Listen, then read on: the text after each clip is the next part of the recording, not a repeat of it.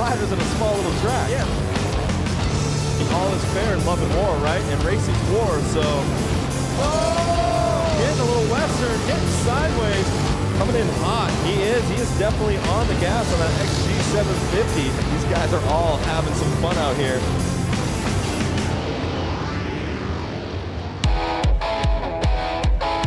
The epicenter of motorcycles, Milwaukee, Wisconsin, will tonight get invaded by every bike imaginable and by riders of all skill levels who have all traveled to UW Milwaukee Panther Arena.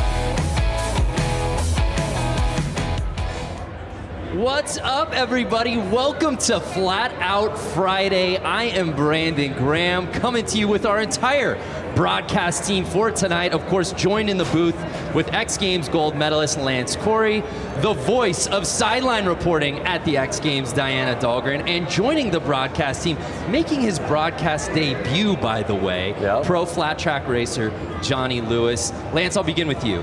You've been here since year one. You've seen this thing grow and evolve. For the uninitiated, what is Flat Track Friday all about? I just love it because it really brings first-timers out, first-timers for racing, and some of the best pros. So you see all walks of life out there racing. Yeah, the range of spectrum of riders. No one's got a better seat than you do. You'll be at the pits all night.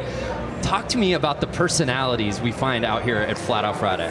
I mean, you're gonna have guys that don't talk, you're gonna have guys that talk a little bit, you're gonna have guys that crack jokes, and I'm gonna be bringing all their personalities and the stories down in the tunnel. Yeah, absolutely. Along with Johnny, talk to us about what you're doing tonight. You will be bike breakdown, giving us the science behind everything out here tonight. Yeah, it's gonna be pretty interesting because like there's a large difference of riders out here. Just like Lance said, it's from scooter racers to the hooligan guys on race prep motorcycles that are pretty heavy, and then you got the professionals, like you said. So the motorcycles are extremely fast. It's a tight track. It's gonna be really good racing. Every bike you can think of, every racer you can think of, complete mayhem coming to you now. Let's start racing. The fans invading UW Milwaukee Panther Arena, getting ready to watch absolute mayhem take place on this 1/16th of a racetrack, Lance Corey. Over 15 different classes of racing we'll see out here tonight, beginning with right there, the JV semis will be kicking things off. At the open amateurs, we have the women's main, scooter main, PW50, that's what the bike I started on right there. Oh, little 4-year-old Lance? That's right. The Boonie main, that's my favorite right there. Expert main. And if you've never watched this before, you're going, what do all these things mean? Don't worry about it. We got you covered. Obviously, we've got Lance here in the booth. We've got Diana down on the course. And of course, we have Johnny Lewis breaking everything down for us. Johnny, how's it going down there, man? It's pretty loud. So Johnny will be reporting to us live from the course all night long, giving us the behind-the-scenes access on everything. Talk to us about this opening class, Johnny. Man, there's a lot of guys out here. They had to split the classes. There was 100 riders down to 3 classes, and this is the JV class. The guys are relatively new to flat track, and we just kind of got into it, built a bike, and now they're out here racing. It's pretty wild to see them out here opening the show. Yeah, well said, man. We'll be coming to you all night. So Lance, we've kicked things off, bud. Racing's looking good already. These guys are they're already warmed up. They've been out there racing all day to get these lap times. Now, talk to us about this course and the setting for those who are just tuning in for the first time. What makes this course so unique here at the arena? So what's incredible is, to my understanding, it's a hockey arena. Right. And before this was set up, there would have been ice out there, obviously. There is not ice out there right now. But there was ice at some point. Oh, I see, but so not now. when they take all that away, the concrete is shiny and it is slick. It's like being in a big store where it's kind of like slippery, actually. Okay.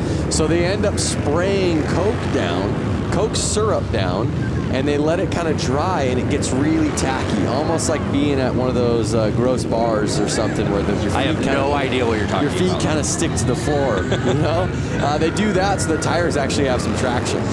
1 lap to go, you see, and there's the checkered flag.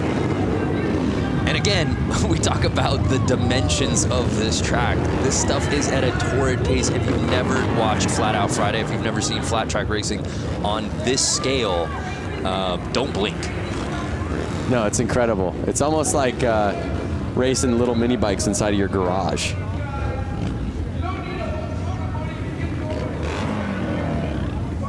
All the racers lined up, waiting to go out there for themselves. And we see Bob Reese finishing number 1, qualifying in our semi 1 of 3.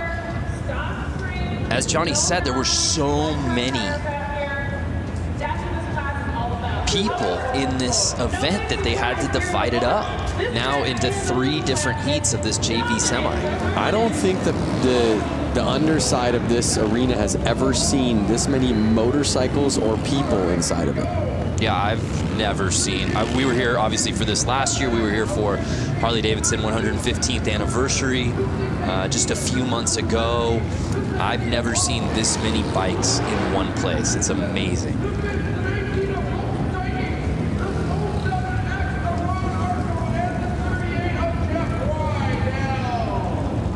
There's a great shot at our track here at the starting line. And one thing you'll notice as we get through these classes, right, Lance, is there's so much differentiation in bike. You'll see categories where you'll see dirt bikes, 450 cc's going against 750 cc's, and it really boils down to traction. Yeah, you're going to see all of these guys out here right now. They're all on the Sportster platform. They're street legal bikes. That's kind of what makes it a hooligan class. And they're heavy, and they don't have much room to get these things to turn, so it can get squirrely. So this is hooligan JV semi 2 of 3. Oh, like that. 2 bikes down already. Pardon my getting on top of you right there, but no, that's what it's all about, and that's par for the course here on Flat Out Friday. I got excited to call that out right after I was saying you're going to see some squirrely riding. You can see them with the yellow flag out. That means some riders are down on the track, so kind of take it easy. And you can see all the riders kind of bunching up because of that yellow flag. It forces them to slow down a little bit, to be careful so they don't hit somebody on the track. So it gets the race a little tighter. Right there, you see a pass. Yeah. And we'll see Rydell in the lead right now. Is anyone going to catch him? 2 laps to go. No yellow flag out anymore, but the white flag is out. 1 lap to go. And now he's lapping people. Lappers can be dangerous, though. And 38 Rydell with the claim, the fist pump. He went double fist pump. I saw he went left to right, back to the left. He's stoked. He's moving on. There's 100 guys here in this class. He's stoked to qualify. I would be too. The JV main will obviously go on a little bit later as we take another look at that crash.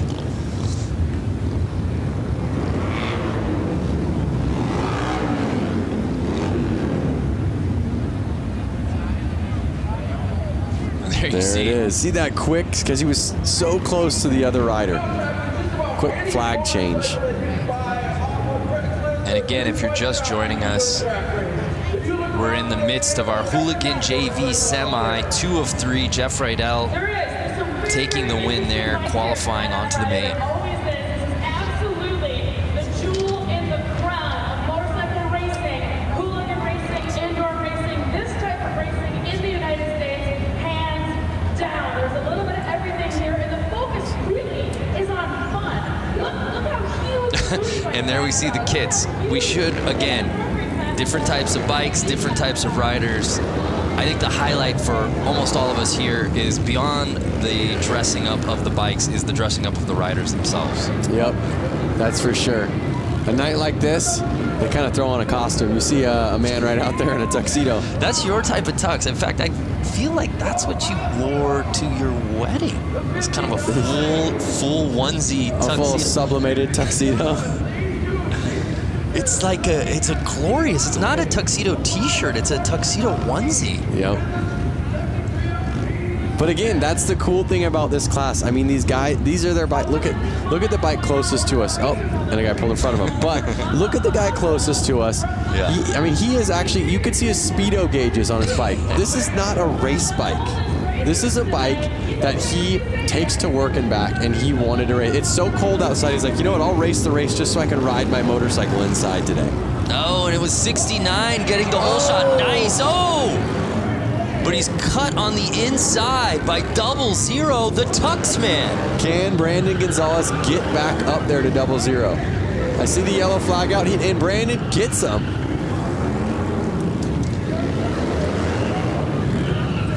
Brandon Gonzalez, the number 69, came all the way from Long Beach, California.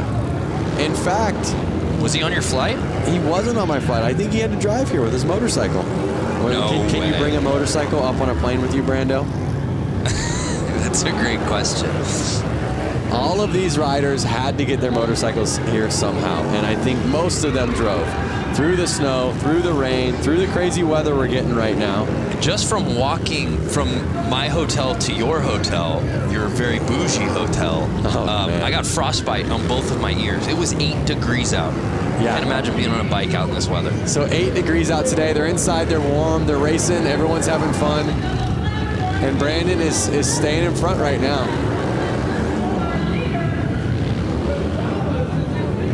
Now let's not forget, everyone here in the stands and all these riders, a lot of them are in town because tomorrow we're having the Mama Tried show. Right.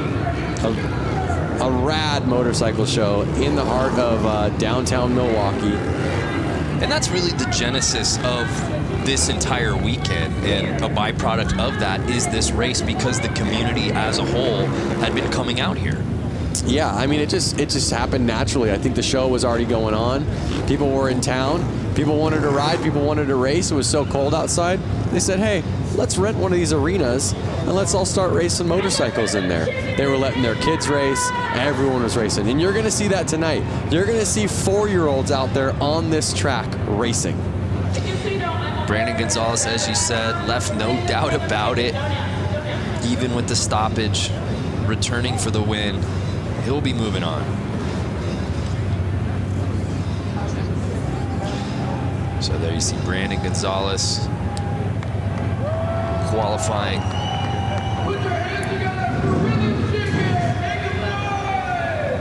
So I hear the crowd getting loud out there. Oh my goodness. We have dirt bikes coming out now. If you guys want me to chime in, I got some stuff. Yeah, Johnny, you're down there, man. What now that we're a few heats in, what's your takeaway so far? Man, you know, like it's cold outside, but this pit area down here, it's hot. You know, these guys are coming out, they're racing for the first time. Some of these guys on these hooligan bikes, you know, they're 500-pound motorcycles, if not more. And, you know, you could tell they were a little nervous, and a couple of guys caught each other's back tires and high-sided. But, you know, as the day goes on, you'll see these guys get better and better out there. And Johnny, just a lot of nerves. And Johnny, while we have you, as we get ready for the Open Amateurs, how many of these guys that we're seeing in certain classes will we be seeing in other categories throughout the night? There's a good amount of guys that, you know, chose to ride the Open Am, you know, but they jump on a different bike, jump on a hooligan bike. You know, 59 out there right now, you know, he's riding, I think, 3 classes, you know, the hooligan, Open Am, and then the Bunyan bikes, the little chain-driven motorcycles, you know, ripping around when we see them at the end of the afternoon. So he's got 3 classes. Yeah, that's a fan favorite for sure. I guess if you come all the way out and you've got the artillery and you've got all the different bikes, why wouldn't you do it, Lance? He's a local boy. He just loves it. Oh, we had a gate jump right there. Oh, what? Wow, what a feeling! Look at back. How far back is he going? 2 back. I thought he was going to push him back into the tunnel. Yeah, you don't want to jump the gate. Speaking of jumping the gate, 59 getting that early lead. Notice these bikes, they're a little bit quicker, a little bit lighter.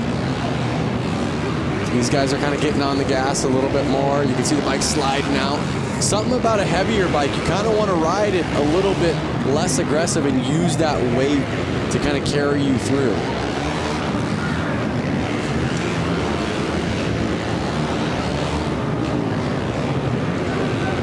So Kilkenny leading the way right now. I mean, you can see these guys, they're probably getting kind of lost on where are they in position. Right. The guy in first is all of a sudden passing you, and you're going, was the guy behind me that fast, or am I getting lapped already? Right, it's such a small course. Depending on your start, you have no idea where you are when you're riding this thing. And that's what we say, and you even talk about the concept of Flat Out Friday. Obviously, somebody's going to win. Somebody's going to come in second, somebody's going to come in last place, but that's not the premise of that. This isn't what Flat Out Friday is about. No, Flat Out Friday is definitely about getting out there with your friends, riding, and just kind of having fun, banging bars. I love coming into a corner with your friend, and sometimes you can hear your friend yelling, "Yoo!" It's all fun and games. I mean, you know, there might be a little bit of showboating at the end of the night, like, I took that race. But realistically, everyone is stoked for everyone, especially when everyone gets off the track healthy. Yeah, this is the spirit of a bike with a motor.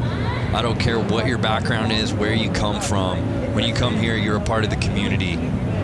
And harder to find anyone or any place that's having more fun than Flat Out Friday here at UW Milwaukee Panther Arena. Man, we're moving.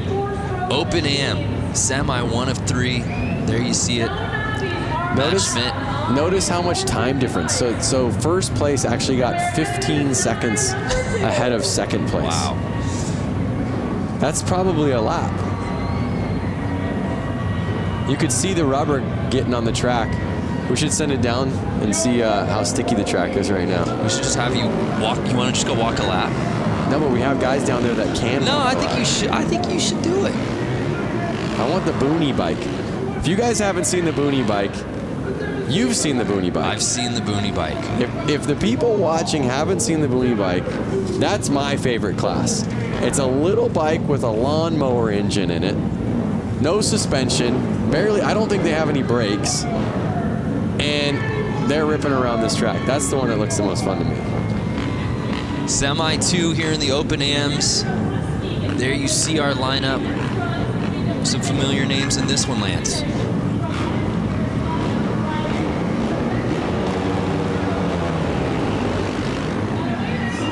Whoa.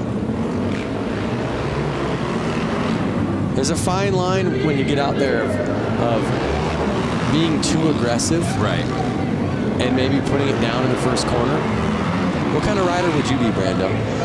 Yeah, I think I'd go aggro right out of the gate. Would you? Yeah, it's the Ricky Bobby mentality. If you aren't first, you're last, right? Okay. So you kind of go for it. But as we were talking about before, it's so hard, probably midway through that first lap, to really, if you're not in the lead, knowing where you are.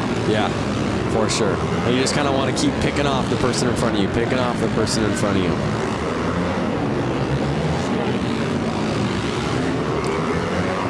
Notice how far they're able to lean these bikes over on the concrete. They're really leaning them over far. I mean, the foot pegs are touching the ground. That was some racing right there. Yep. And I tell you what, if they don't stay in those black grooves on the track that they've been starting to make, it's a lot slipperier. So they're trying to stay in those locations so they know their tires are going to hook up and have some traction. Unofficial results. B. Brewski, there you see. Might be Brusky, but I like Brewski. Yeah? Yeah, hope he's cool with that. But some impressive racing from him right there in our Semi 2.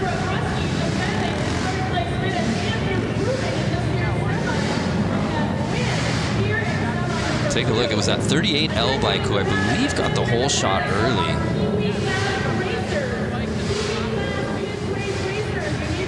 And then Brewski really making his presence known.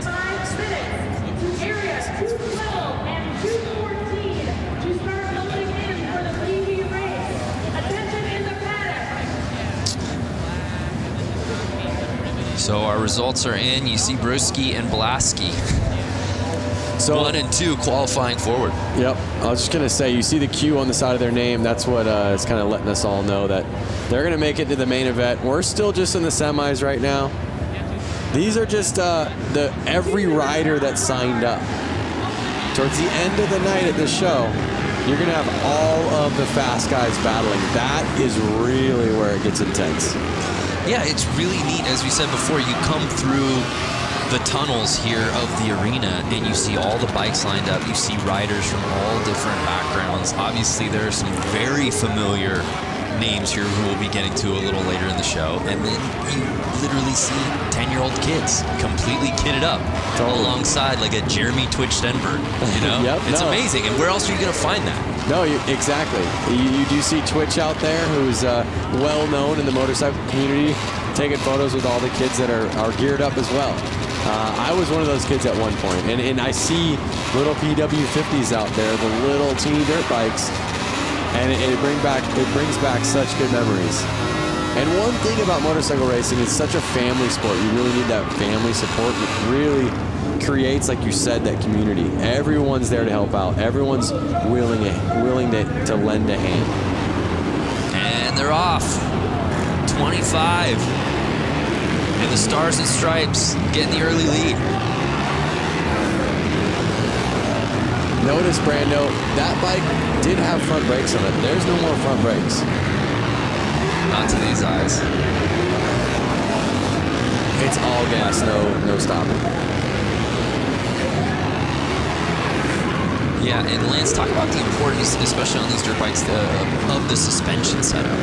So you can tell compared to like a normal dirt bike you buy off a showroom floor, they've actually lowered the front end of it a lot, drastically. So that way the weight gets a little bit more on the front of the bike and they can control it in corners a little bit better.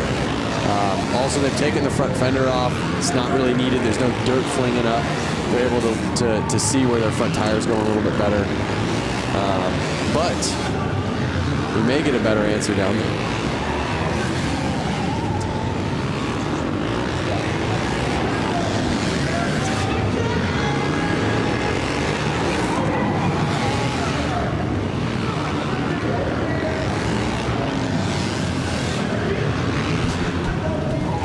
So the unofficial results are in. And it's C-Funk, who looks to be qualifying to the main.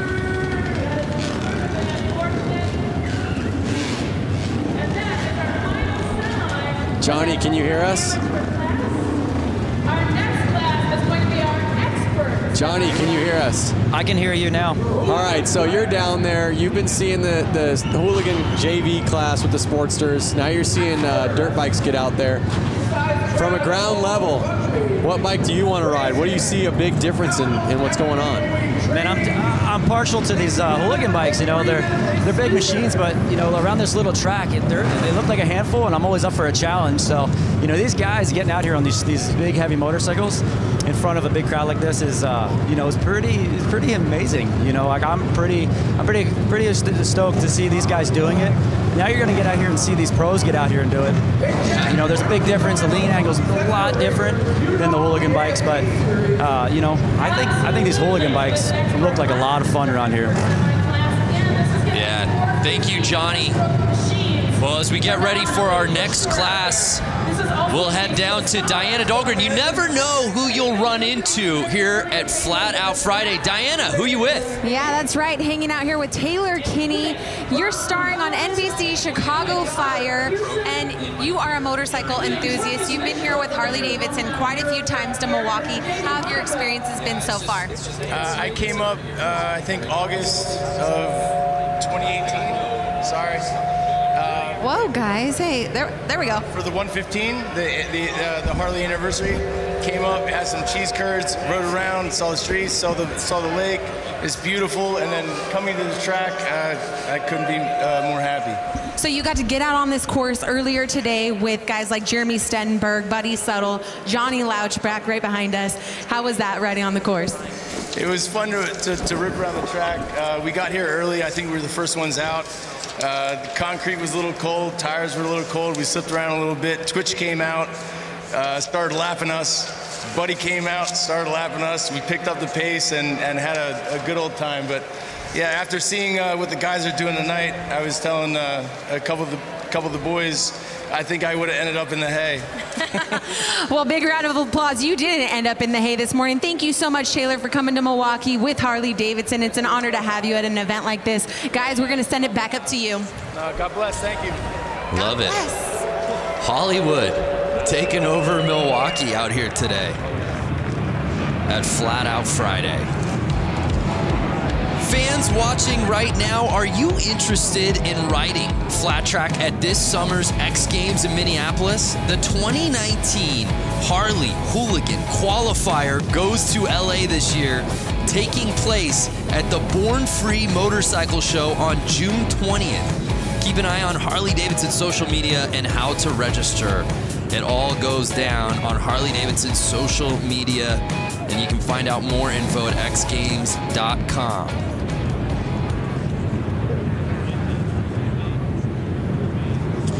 So we move on to our next class, the Expert Semis.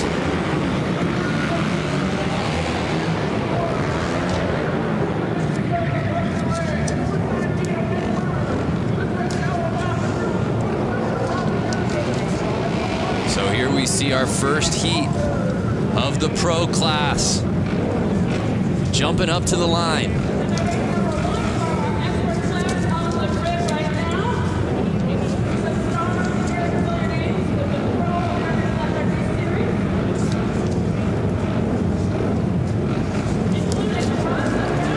They are. The racing's about to heat up.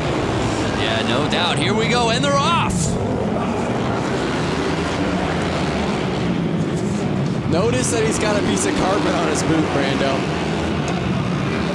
That carpet on his left boot right there, so his foot doesn't actually stick to the ground. The ground is so sticky, like I said, his boot would actually get caught. It would rip his foot back if that wasn't on there. So it's Bowman leading the way right now, and he is absolutely lighting this track on fire, Lance. He's going to catch up real quick and get into those lappers. Now, these are experts. They're not pros. So these guys probably have a job. They're probably going back to work on Monday or Tuesday. So they're really just out here having fun. I mean, everybody's out here having fun. And there's a great shot as you see our leader. So many of these riders, the setup, especially on their foot, the boot that's hitting the ground, as you can see, taped up to the max. It looks like he's actually got a little piece of carpet on there.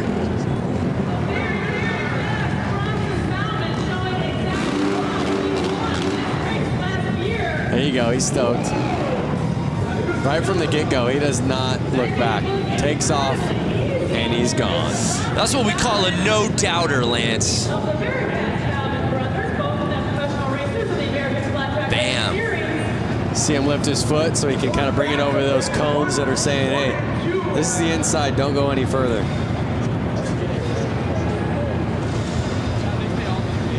Well, Johnny, now that we've got the pros out there, as we move on to semi 1 of 2, there it's officially in the books. Bowman, Gunther, Lang, Weimer all qualifying. It feels like the racing got a little elevated real quick, Johnny. Yeah, it did. You know, if you watch, Bronson Bowman out there, they actually have their left foot peg off because they're laying the bike down so low that it would rub the foot peg. Some guys even opt to take shifters off the hooligan bikes as the cases are so wide. So, these pros now, they're just laying the bikes down so low, getting the direction change. It's pretty amazing to see them out there doing this on a track that's 100 feet from inside to inside.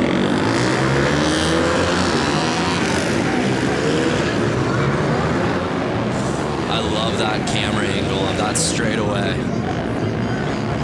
as our next heat moves up. Look at them coming out. They're just so fired up. That lap that they just hit, they were behind the gate. They're like bulls waiting to go.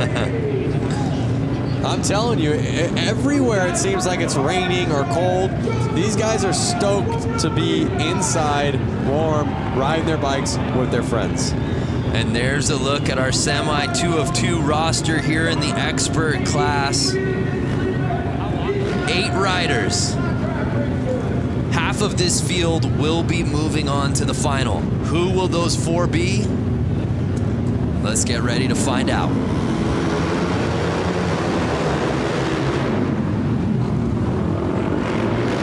Looks like the inside rider always keeps getting the jump and staying in the lead. Yeah, so it's 229 going wide to inside. Can he fend off the field early in this race?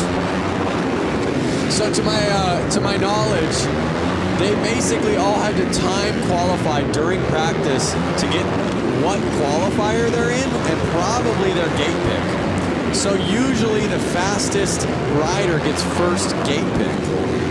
And so that's why we're seeing the guy on the inside. He's choosing that line, and he was also the first one to choose it, and he was the fastest one in his class.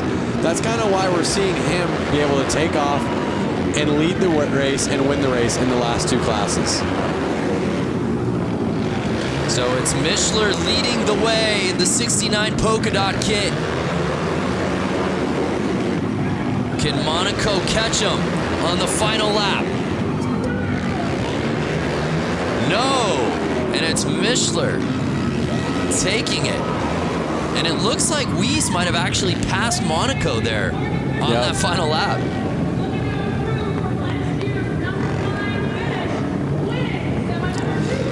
Brando, what's the most CC bike you've ridden?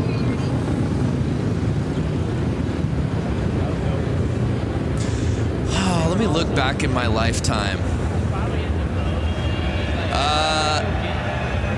You know what? I think it's got to be a 900. A 900. A 9. So to give you an idea, these are 450s. Right.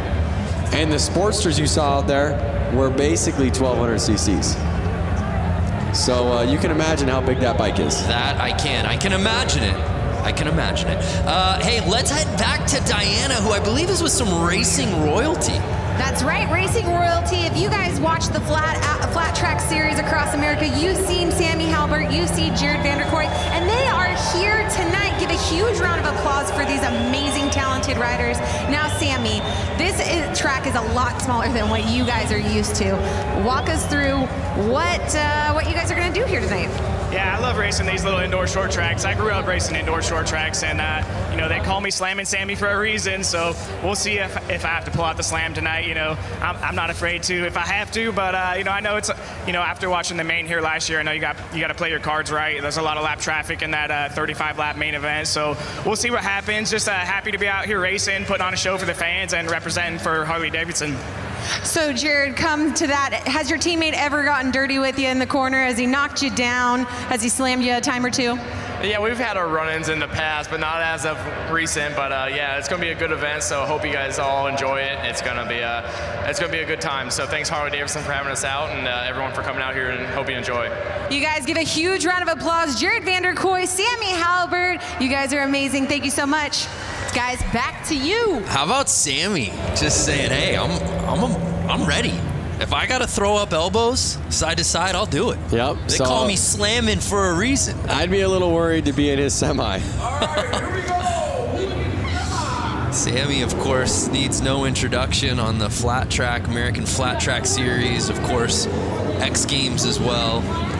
But I want to say something. I stand corrected. The experts have pros in the class. Correct. So I'm not sure if every single expert is a pro. Or can an expert be an expert without being a pro? And can a pro be an expert without being a pro? A pro, of course, is an expert, but an expert isn't always a pro. Is this a riddle? There's no answer to this circular question. But the racing continues as we take a look at our semi 1 of 4 here in the hooligan. Now this is open. This is open hooligan. So these guys have faster lap times. They're a little bit more seasoned. They've been doing it a little longer. We're going to see a little bit more carnage here. These guys want to win. And also, just look at the size of this field. Again, though, it's not something that they want to win. We saw some gate jumps. It's not something that that they want to win just to be winners. They want to keep racing. So this is just a semi. Right. Yeah. They want to win. Very good point. Just so that they can go out there. They can just again. stay on their bike. Yeah. So if they don't win or they don't get the top position in this, they're not making it to the next round. Right. And most of them, they drove so far to get here. They just want to make it to the next round and get more laps out there. So you see a bunch of bikes getting back there in the third starting position. Those are all the guys that jumped the gate. Kind of teach you a lesson right there. Take you to the back of the classroom is what they do. And they're off.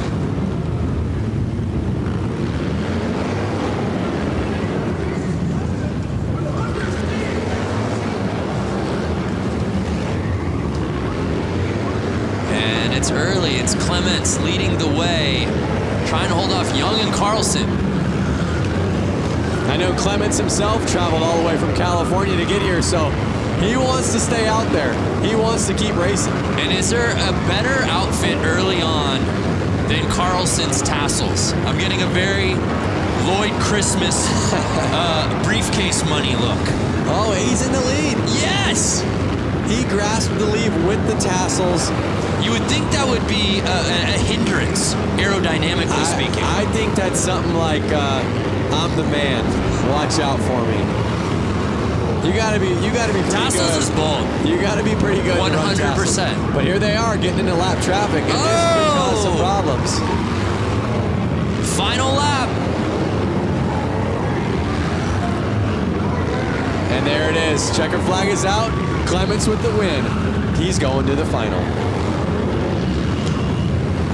Some great racing here in our first Hooligan Semi. Oh, wait a second. It says Clements to the win, but I think it's reading wrong. I think so too. Again, those are unofficial because it's the 45X that I stand corrected. That was leading the way. How about that? There was the pass. You want to talk about breaking bread?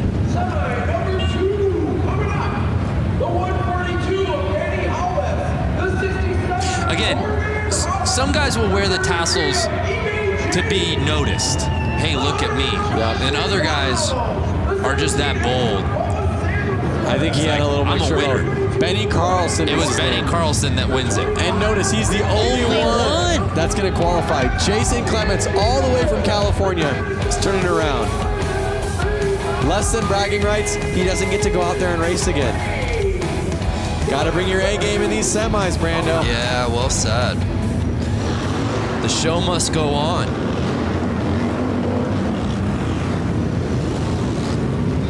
Here our next class jumping out. Notice the difference in gears. There's a couple guys in leathers and there's a couple guys in more of motocross gear. Yeah. I myself would want to be in leathers. If I hit the ground, I want to be in something that's going to slide well. Okay. Something that's going to protect my skin. So it's interesting to see, who chooses what. Hypothetically speaking, you're wearing your leathers. What's Lance Corey in this class? What are you wearing? What do you look like? I look like number 100 right there. Dialed. Ooh. Even number 81 back there, he's got leathers on. So you go Johnny Cash. I go Johnny Cash. I would be in a Harley-Davidson jacket and chaps. Well, we'll have to get you out next year, Lance. Out of the booth and onto the track.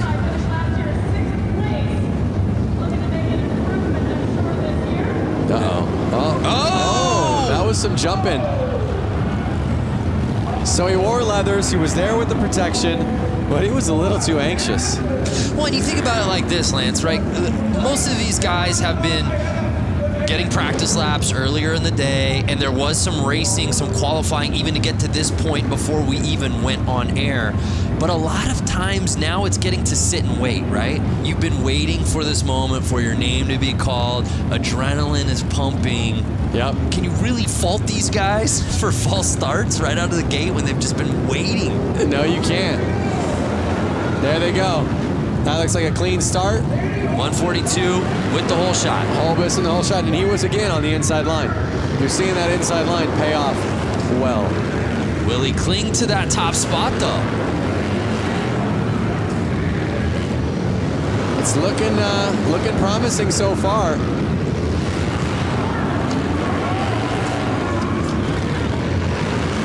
Again, if you're just tuning in, we're still in semi mode. We've got so many finals, so many mains still to come. We're just getting started here on Flat Out Friday.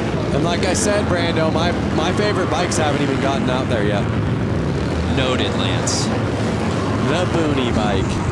The bike that's in your shed, that your parents had, that you pull out and you clean off and you pour some gas in it and it starts right up. The I can get 70 miles to the gallon on this hog type of bike. You love that movie, don't you? Yeah. It's the only movie I've ever seen. Dumb and Dumber. So Holbus on final lap. Can he hold on? Oh. And he held it. Is that our guy Louis Louders that came in second there? Yep. We've seen Louis Louders at the X Games hill climb. Along with his brother. Yeah. The Harley hill climb. Again, these are guys. Louis Louders is a guy. He runs a Harley-Davidson dealership. Yeah, has a dealership. So he was probably at work yesterday. I believe he's a Wisconsin guy, if I'm not mistaken. But we've seen him travel for the love of amateur racing. You know, like you said, we've seen him in Aspen, Colorado, hill climbing. Well, who's turning down a trip to Aspen, Lance? Again, Lloyd and Harry is not going to turn down a trip to Aspen. You brought it up!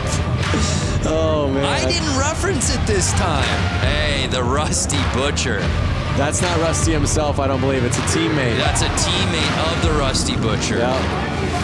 But the next race you see open hooligan semis. Here's some of the hooligan hotshots. I see Suicide Machine Co., like you said, a Rusty Butcher rider. So these are some of the guys that kind of really made hooligan fun again. Make hooligan fun again. I've seen you wear that racing hat. Fun again. Rusty Butcher gloves right there. Twisting the grip. Pair of Thrash and Supply gloves right there. Whoa! Twisting the grip. Thrash and Supply Co.? That's right, baby. Like you said, a lot of these guys' palms are probably sweaty. They've been waiting around for this race. They're fired up. Palms are sweaty. Mom's spaghetti. Don't do it. I knew it. There they go. Clean start. 963. Mikey Virus, a Rusty Butcher, got the lead. He was on the inside line again. What a clean looking bike. I was just going to say that. These guys build these bikes specific just for this event. I watched Mikey and the whole Rusty Butcher team assembling these bikes. Oh, a pileup. A pileup. I hope we got that so we can see it in a replay. But you see the yellow flag out, they're kind of having to take it easy. You see the gas on the track. Yeah, we got to take another look at that. Speaking of setting a bike up, you got the opportunity to build a Harley-Davidson this week. Yeah, I've been in Milwaukee for 3 days now. We have a competition called the Brewtown Throwdown. Correct. Where basically two teams built bikes. You guys might have seen this in the show a little earlier on, but we were able to build 2019 Street Bobs. We had 2 days to do it. My team, the Quick and Easy team, we made a bike that was kind of replicated after a 1940s flat track race. So something a little bit more old style. The other team, Super Bob, I want to say? Yes. Super Bob, they made a bike that was a little bit more Supermoto-ish, a little bit taller. To me, it looked a little Mad Maxy. I'm digging my bike. I hope you guys vote for my bike, Quick and Easy. Yeah, tomorrow. both are beautiful. Check it out on the Harley social and then also Lance Corey social. So we might be able to see the crash. There it is. Two riders must have collided. Suicide Machine Co. Yeah, it's great, actually, all things considered, that there wasn't more carnage there. Yeah. Only the 2 bikes went down. You see them getting the gas up the track. And there you see Mikey qualifying out of that entire group, only Mikey moving on. But again, Mikey Virus came all the way from Los Angeles, California. So a guy like him, he's stoked. Amazing crowd on site here at Panther Arena to watch what has really become an annual tradition. Now, here you have the Rusty Butcher. Yes. I've seen Mark Rusty Butcher win this race before, all the way through, all the way to the end of the night. He took it home with a W. Then I've seen him come back the following year and I think crash out pretty early on. And again, he wasn't mad that he didn't win. He was mad that he wasn't in the final to race more. So what's going to happen tonight? Yeah, he flip-flops, right? Yeah. Either wins or crashes out. Yeah, it's all or nothing. Then I guess it's an odd year, 19. I feel like he's gonna go the distance. He is absolutely a fan favorite, though. There's no doubt about that. He's a fan favorite, but right out there in the crowd, I see Jeremy Twitch Stenberg, FMX icon, someone that I grew up racing or riding FMX with. So who's gonna take it home? A lot of these guys all practice together. They're from California. Let's see how they do. Getting the lead early. Can he hold it together? Mark's looking real smooth.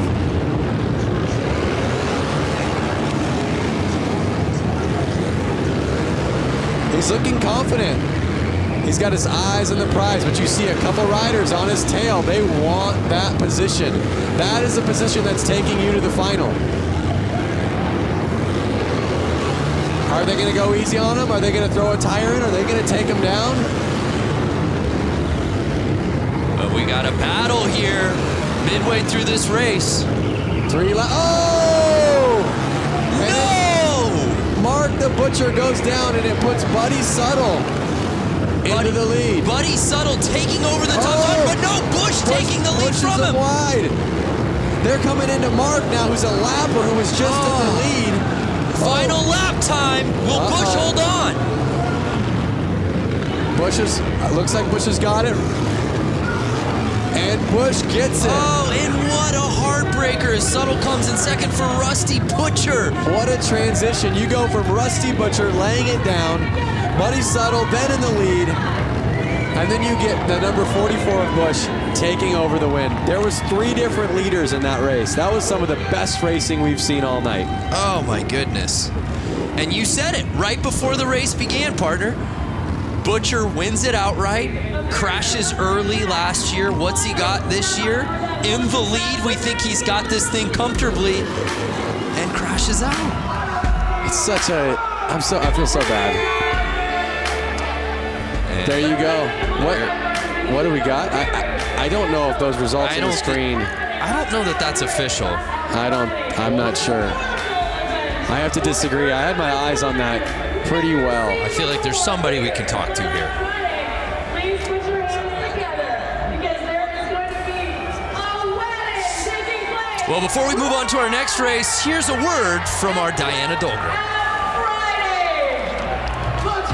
Hey everyone, Diana Dahlgren here. Enter for your chance to win a VIP trip to the 2019 X Games in Minneapolis. And you could be down on the racetrack with me during the Harley-Davidson race.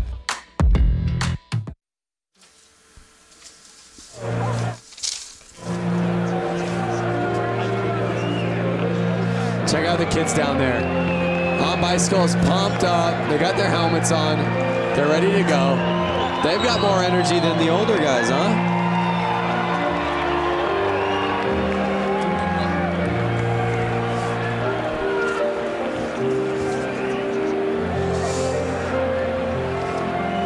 This is what I like to see. Yeah, there you see the young fans. It Flat Out Friday brings out everybody, including some influencers who came out and were able to take some laps around this course. Let's take a look at that. The track feels really good. We got a little practice in there. It was fun. I grew up racing motocross, so it was cool to do this. It's something different and something I definitely want to do in the future more. It was fun just to go out and get a couple loops in, watching these guys follow lines and get a feel for the track. It's my first time actually even touching concrete. I've seen so many videos of everyone barely scraping their primary and eating it, so I was trying to be cautious out there as much as I could. It's pretty tacky, but it will spin a little too, so I think it's exactly what you want. It was awesome riding with these 2 big trees. But I honestly think we got them. Yeah, I got to keep it on 2 wheels and yeah, not crash. I got 100 cheese curds on Buddy to take the whole thing. Some heavy hitters. Yeah, there you have it. That are part of it. And there's your bike. Yep, there is the bike that I just got done building over 3 days. She is a beaut, man. Well done. Oh, I'm so stoked on her. I really wish I could take her home. Notice how the front and back tire, they're the same size. I love that look. Yeah, everything about it, the paint job, it just,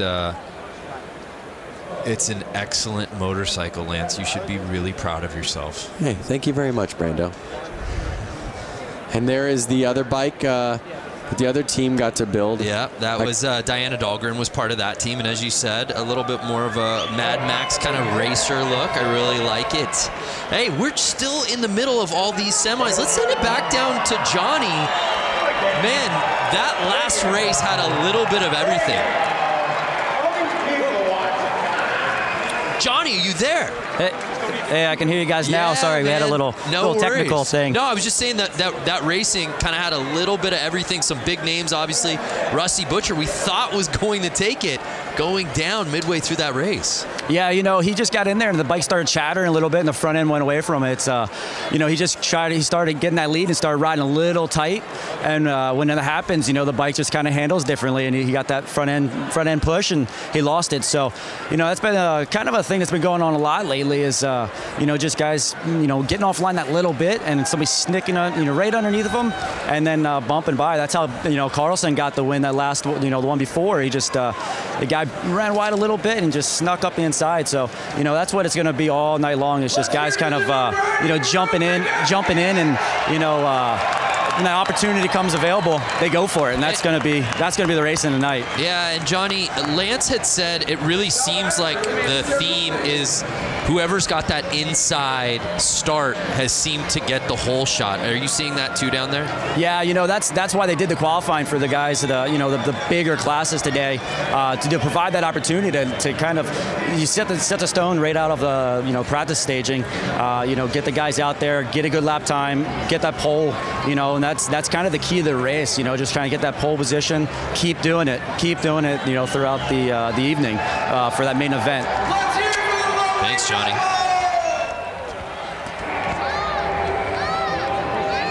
Packed house out there, tons of energy. Love it. Hey, fans out there, make this your year to ride. Learn from the experts and get 50% off the Harley-Davidson Riding Academy new rider course with the code RIDE50. It's a limited quantity available. The offer ends March 3rd. That's 3-3. Visit h-d.com/learn-to-ride for more details. Make this the year, Lance. Make this the year you learn to ride. Oh, I'm loving this. We got a different type of bike hitting the course out here now, Lance. That's, now that I have a kid and you have a kid, I just taught my daughter how to ride a bicycle. Is she not out here? My daughter is 16 months old and she's out there.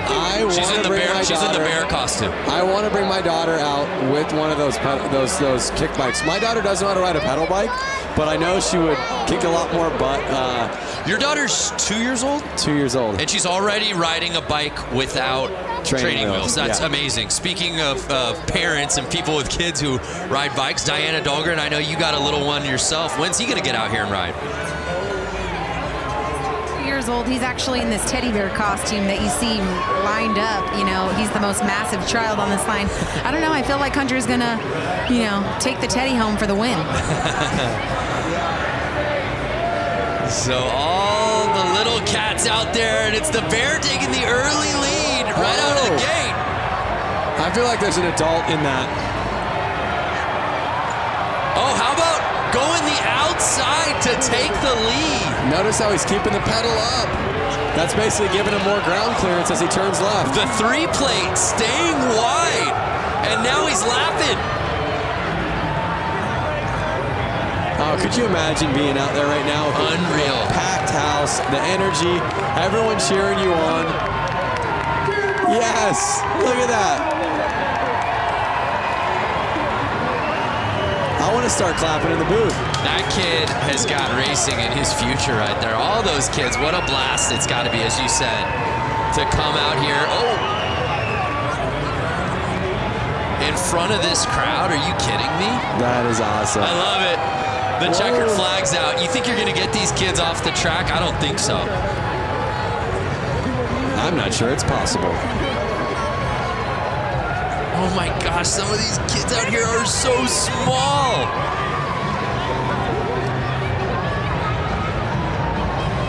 Speaking of kids and bicycles, Lance, I know you just got a new bicycle. I did just get a BMX bike. I grew up riding BMX bikes my whole life, which I'm sure these kids are gonna do. I'm sure most of these people racing have done, most people in the stands. And it just was something that, it was like a calling of like, you need to kind of go back to what you did as a kid and find that real organic fun. And did you find what you were looking for? I found exactly what I was looking for.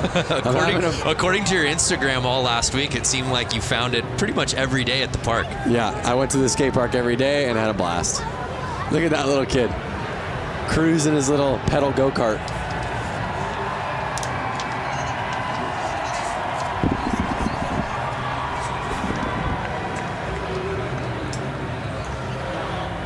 You guys hear me now? Yes. All right, well, those kids wrapping it up. Let's head down to Diana, who's with our competitors. Diana. Hey, you guys. So I'm down here with these stars, tomorrow's stars. Alrighty, so you just ran the track here at Flat Out Friday. How was that track? It was really fun. Was it really fun? How was the Coke syrup hooking up on these tires? Yeah, it was. Sounds great. And then we have the teddy bear. You know, I was telling everyone this was my child earlier. Here's the teddy bear. Was it hot in the costume? Yeah. How was the course? Good. What is your goal in the future? Are you gonna win some championships in the flat track? Yeah. That's right. All right, who else do we got here? Hi, sweetie. What's your name? Brody. Brody, and how was the course out there? Good.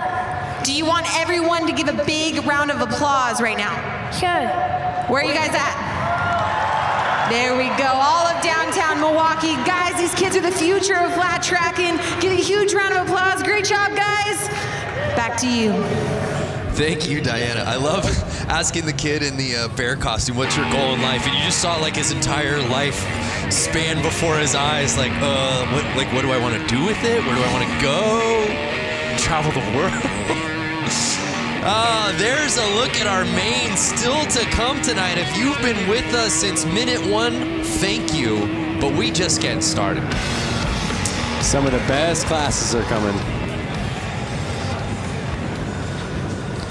Who do we have lining up next?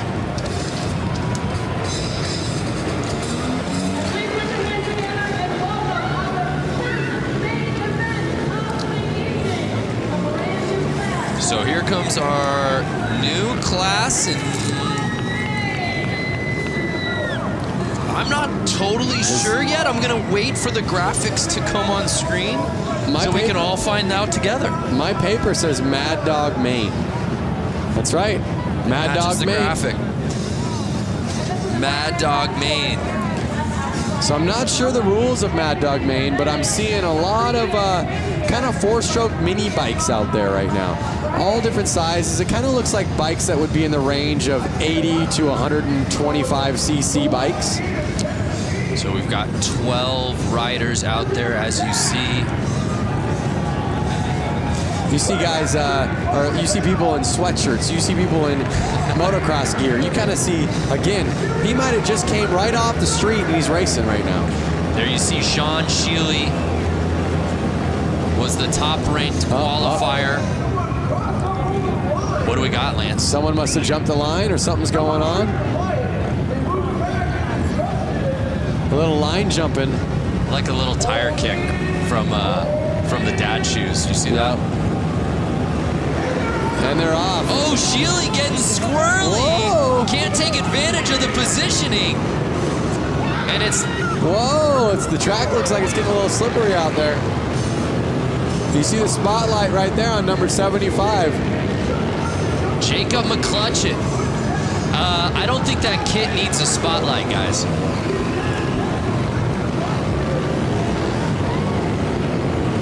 Now again, this looks like a bike that's a little too small for that rider right there. And but again, sometimes riding the smaller bikes is more fun.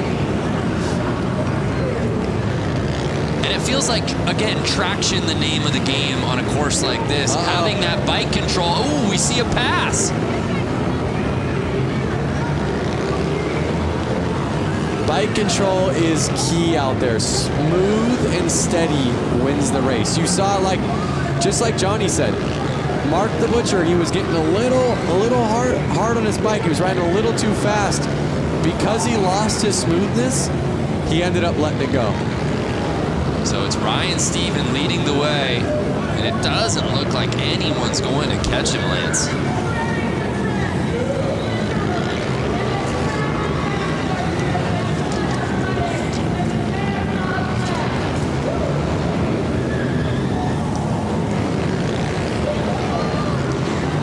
He's starting to lap. Some great racing out there. You're seeing bikes that are pretty new, bikes that are from, the modern era, and I even see some bikes that are probably 10, 20 years old out there. It's interesting to see how the technology on these bikes hasn't changed much. Mostly visuals, mostly just the cosmetics, the plastics. So final lap, and it's Steven taking the win, at least unofficially, but to these eyes, you can pump that fist, Steven. Ryan Stephen taking the top spot, followed by McCutcheon, excuse me.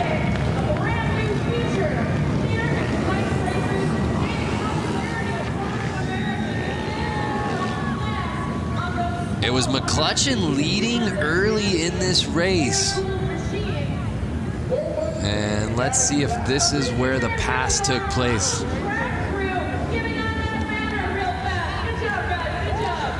So one thing to keep in mind, Brando, lines in racing are a key to how fast your lap is. So basically, what is the quickest way around this track with staying the smoothest at the exact same time?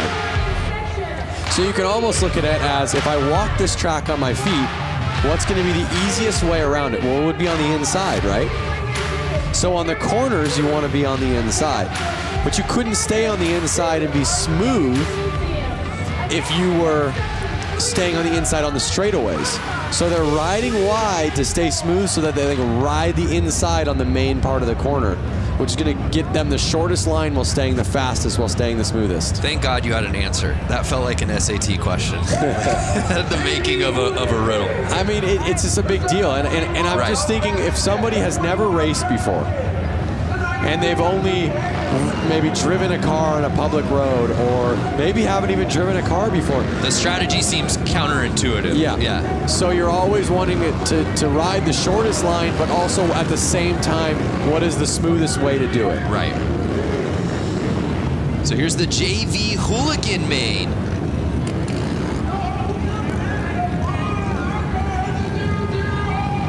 Some familiar names on this roster you'll see in just a little bit, headlined by guys like Bob Reese and Brandon Gonzalez, who looked so good early on this course this evening.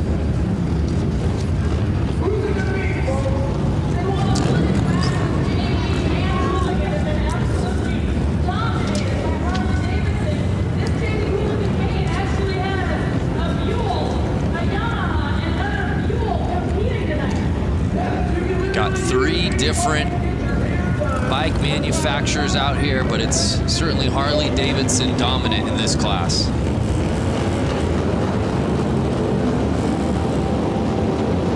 So just to give you an idea, I see the number 7 out there, Juan Arceo, right there on a black Buell. And he has a full-time job back in California. He made his way all the way out here to race this, so he's stoked to be out there in the Hooligan JV. But that's the beauty of Flat Out Friday. It's just filled with weekend warriors. Yep, exactly. Matt Schmidt, who had that first pole positioning, taking the whole shot, and he may not look back as he's already catching up to Tuxedo. Yep.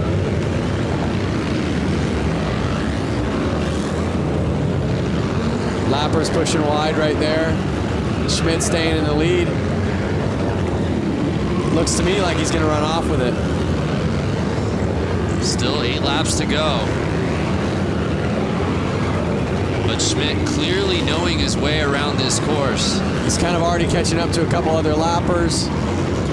And you see that for those who haven't watched before already, the etiquette for some of these guys that are getting lapped. They're merely getting out of the way. If you're getting lapped and you know you're getting lapped, the nice thing to do is kind of let that guy by.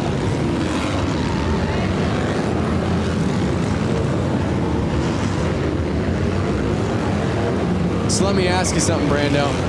If you were out there, what type of gear would you be in? The tuxedo? Yeah, I think some version of that tuxedo. I live my life business casual. You know that. Maybe a blazer over it, perhaps. Like maybe a nice leather blazer. Okay, because I do agree with safety and protection, just like you would be in full leathers. White flag's out real quick. Schmidt staying in the lead. Schmitty. I don't know that he likes to be called that, but it just sort of rolls off the tongue. And then the 721 plate, Matt Schmidt had the lead from lap number 1, and no one could take it from his Kung Fu grip. As he takes the top spot in the Hooligan JV main. A lot to like about this racing. As you said right out of the gate, right before this thing began, about the strategy and how these guys handle this course. Matt Schmidt did just that.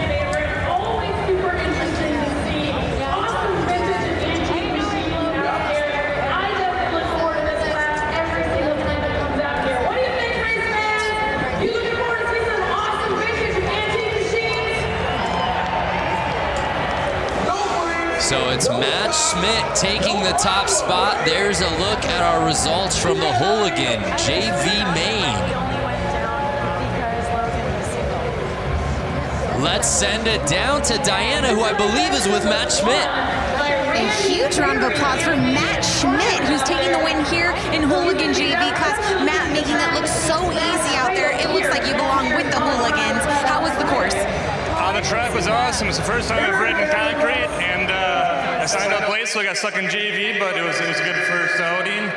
I got to thank SNS Cycles, my co-workers, my friends. They gave me a good seed to ride this evening, so thank you, everybody.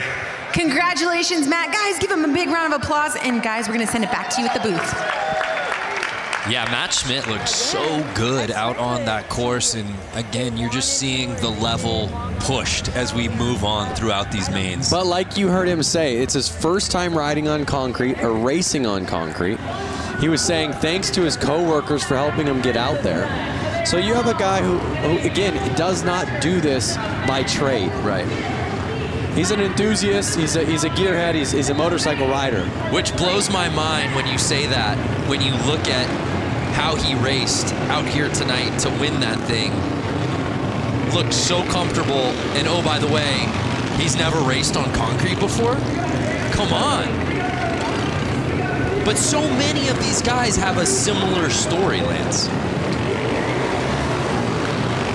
We move on to our next race of the night. It's our brakeless main. One thing about these guys that's similar story is they all have no brakes. Hence the name. Whatever they're paying you, Lance, double it.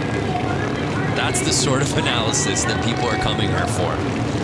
So there's a look at our roster for tonight's brakeless main. Randy Brolick will be in that first position on the inside.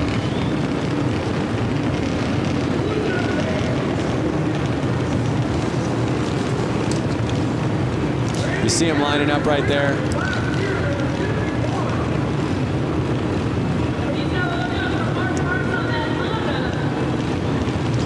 Oh, let's go to the gram. Oh, excuse me, I believe this is Twitter. Paul James at James Gang Racing. Go time. Only one round of practice on to the heat races at Flat Out Friday. The girls who ride out ya at Flat Out Friday. Women's hooligan races are so rad. Could not agree with y'all more. The girls who ride. Hashtag Flat Out Friday. Join the conversation. And Randy Bralick, the 51 plate, shot out of a cannon, Lance. He did. Look at him just dragging that foot on the ground. Oh, he brought it up right there. Dragging his foot with the carpet. Brings it up on the straights. Puts his foot down in the corners. He puts his foot down in the corners kind of to brace himself so he can feel where the ground is. So he doesn't lean it over too much. Because again, if he leans it over too much, he'll start dragging peg, which could then send him off his bike. Excuse me, there's 251 plates. I incorrectly said Bralick. It's actually Barry, Randy Barry. No, rider down.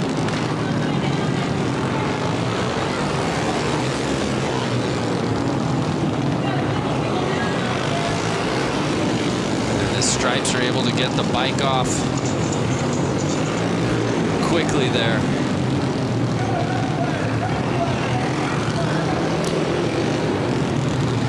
That was the 15, Kendall Lutchman, that went down. One thing that's so cool about this race is they really keep the styling so vintage and so pure to flat track with the striped shirts for the track helpers, the all white gear for the I'm not sure what you would call them, the track kind of flaggers, and I guess they're the flaggers. Oh, it looks like he's hurt maybe. Yeah, so we have eyes obviously down there on the course. Diana, what you see? What happened there? Yeah, so basically it just went down in the corner, but what my angle shows is that his leg got trapped under his bike, and it just took a couple. But right now, with the red flag, since they got so many, and they're going to do stagger. We losing Diana there due to some tech difficulties. We'll try to clean things up, but that's a tough go. So I don't know if you were able to catch it earlier, but the front wheel on his bike, look at the front wheel. Tacoed. We call that tacoed because it's folded like a taco. Oh, that's why you call it taco. I'm done trying to help you. No, I gotta tell you, the stuff that I am learning from you, Lance, is just blowing my mind. Doesn't look like he's doing too well. I mean, he's back up on his feet, but... Yeah, it's good to see him popping up, but how... I mean, my goodness, I hope that Panther Arena gives this man a hand, because you see what happened, and as Diana said, basically that wheel going over the leg, you see what happened to the wheel. I'm not even sure if that bike rolls. I think they're gonna have to lift the front wheel up to get off the bike. But you see the rest of the crew lining back up to finish this race.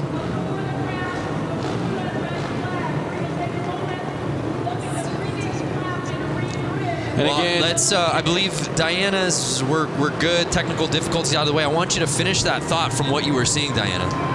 Yeah, so they're staggering the riders. This is typical with a red flag. They're relining them up. But yeah, from what it looks like with the rider who went down, he's standing up now. Good sign. Looks like he just really might have banged up his leg. But looks like they're walking him off the course now, as we can see. But yeah, we're lining up the riders. We're going to get this thing back going. A couple riders did pull off the track, so we're down to 4. Guys, let's go racing. Yeah, I love it. Thank you, Diana. And there you see them trying to get that bike off of the course. As you said, it's not just gonna roll off. And the show goes on, and again, 51 Barry. He's on a mission, Lance. He is on a mission. You saw he was the fastest before that crash happened, and he's just putting it back down and proving he's the man to win this race.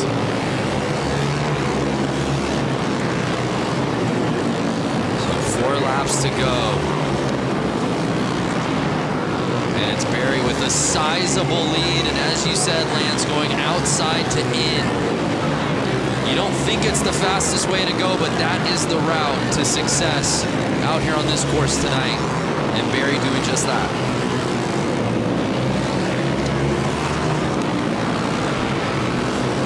There it is, white flag out.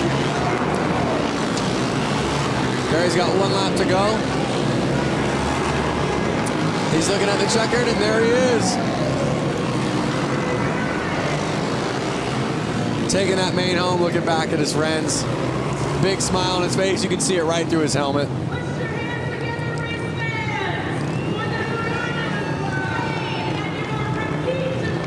So even with the crash and a little carnage, it was Barry who had to, even after the restart, get that lead back and win it outright, and that he did.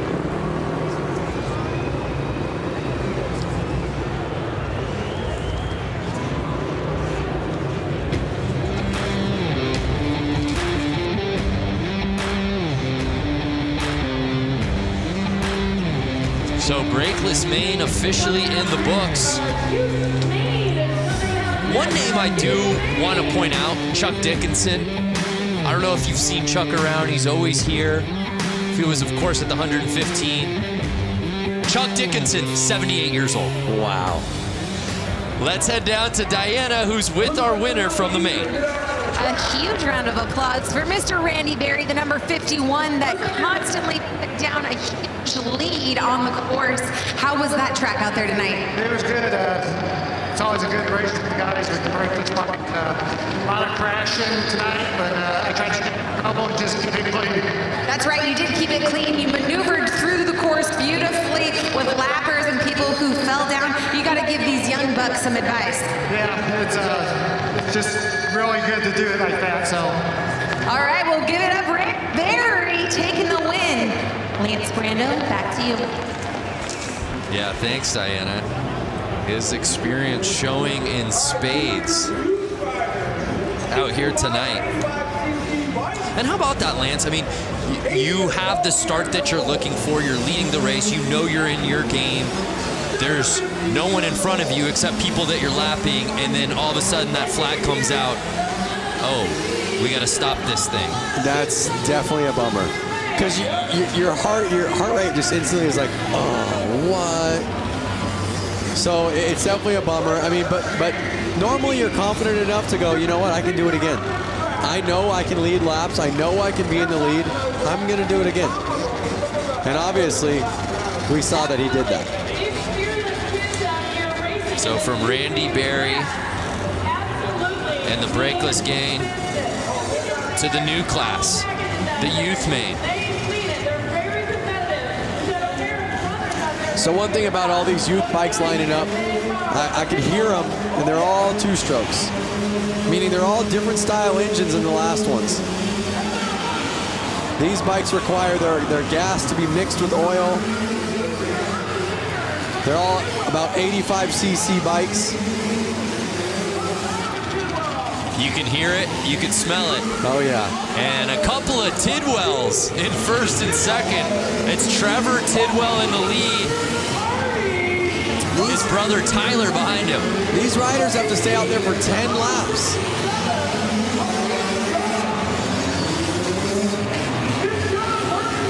I see a couple 60cc bikes out there. And you see the Tidwells, 1 and 2. Do you think that any bit of their training together is clearly it's paying off? Are they gonna do the slingshot move towards the end? Oh yeah, a little shake and bake. Oh, little tire tapping. Young with the pass. And Young passing Tyler Tidwell. Oh, Young's in the lead with 5 laps to go. He is putting the power down. You hear the crowd going wild. The crowd is going off. You see Young. This is the back and forth we've been waiting for. Can he hold it for 3 more laps? Wow. Vince Young passing Trevor Tidwell, and just 2 laps to go. Can he hold on? Final lap time.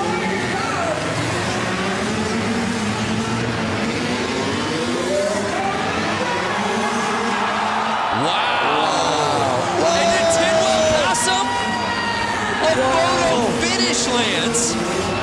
We gotta see that again. Did Tidwell regain the lead right before the checker? I I need to see a replay. That may be a youth main, Lance, but that was easily the best race of the night so far. It's only going to get better.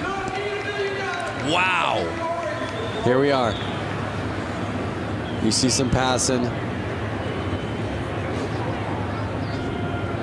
He's letting a rider back out on the track.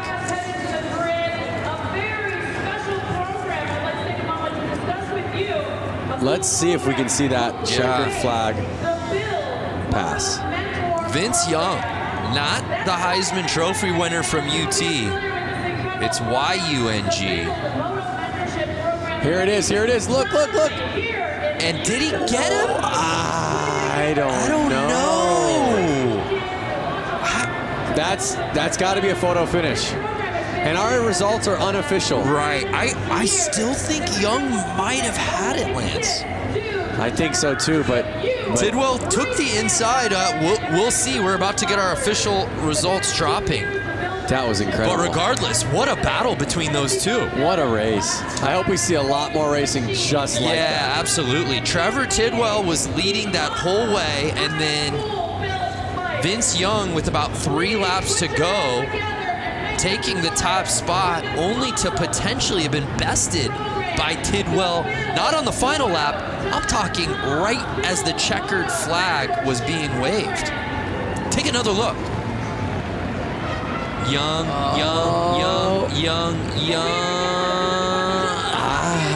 Tidwell on the inside just makes it so interesting. Look at how leaned over Tidwell was. Carrying his momentum right out of that corner. Leading the bike. That's some savvy racing right there. Incredible. What's up, everyone out there? That's a lot of people getting on the Jumbotron for the first time in their lives. Oh, kiss cam. Kiss cam.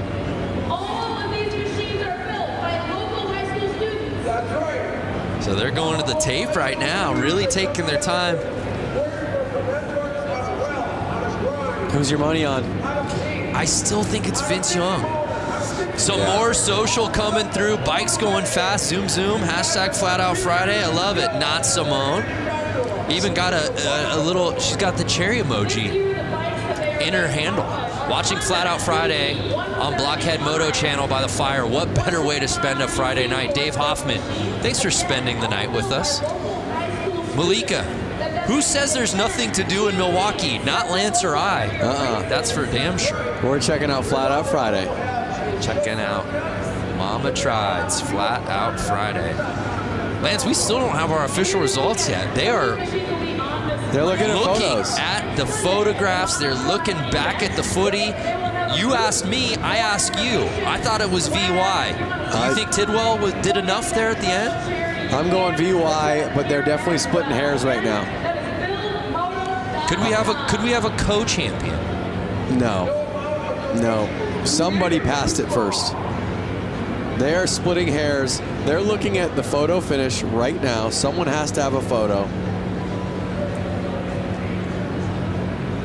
And it's Vince Young. Wow. So in the end, Vince Young bests Trevor Tidwell to take it in the youth main. By a split of a second. Wow, what a performance, though. You know, we talk about it, right? The weekend warriors, so many of these guys who have regular day jobs that just travel from all over the country, all over the world to participate in this, sign up and register for their chance at glory, their chance to have fun.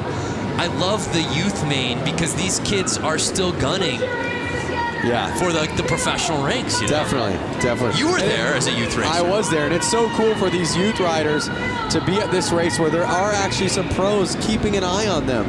They can go ask them for pointers. They can go ask their opinion. So it's a really great race for the youth and for the new people to ask the pros, hey, what are you doing? Or, hey, we're on the exact same track. Well, let's watch him do it. Yeah. So now it's time for the main build to break down what these bikes are all about. Let's head back down to Johnny. Johnny, break down this class for us. Hey, you know, this is a pretty interesting class. This is actually a high school project where they take CB 175s and they've been working on them, machining them, kind of turning their own vibe on these motorcycles. And it's pretty cool because it's right here in Milwaukee that they're doing this. So it should be interesting. Oh, super cool. Thank you.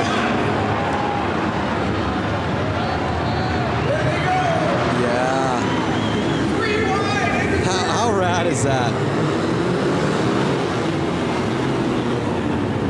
See, I want to be on one of those little bikes like that. Some you're proud of, some you're having fun on, but some you're not as worried to kind of drop if you accidentally go down. Miss Cho leading the way on the 35.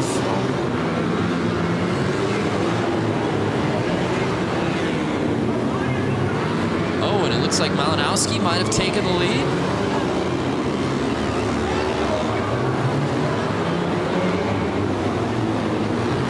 Eight laps to go.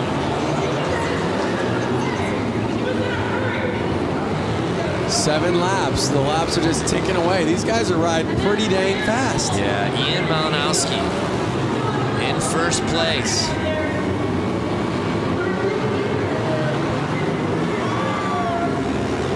And now Ian's making the passes.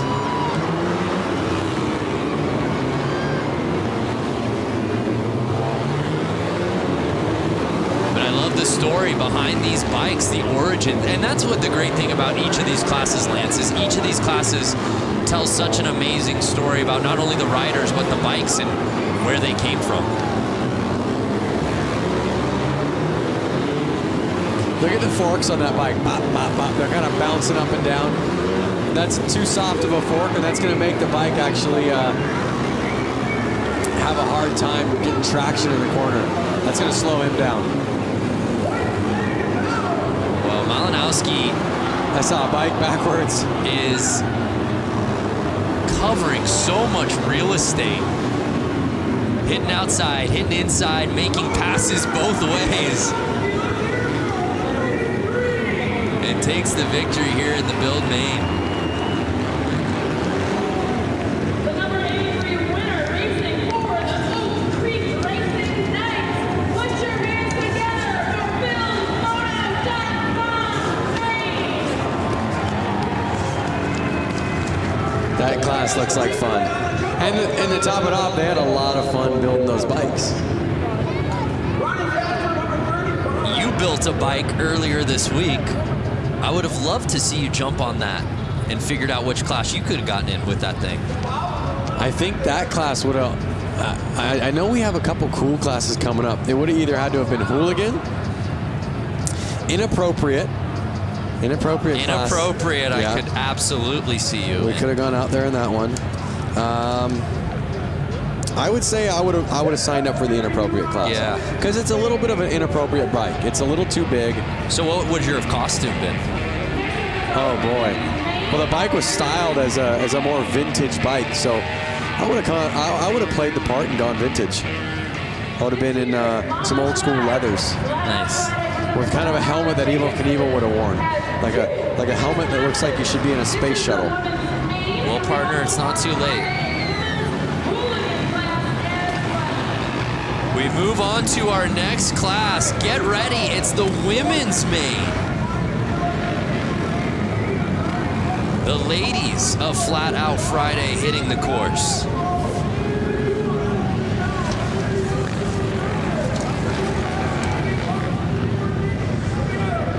We've got 12 riders out here. And this is one we're really excited to watch. All of these women absolutely ripping on this course. Was watching them in practice earlier today.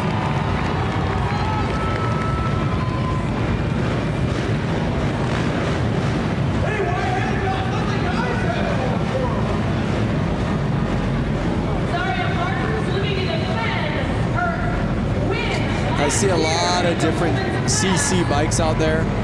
cc's the cubic inch of the motorcycle, which the more cubic inch, the more power.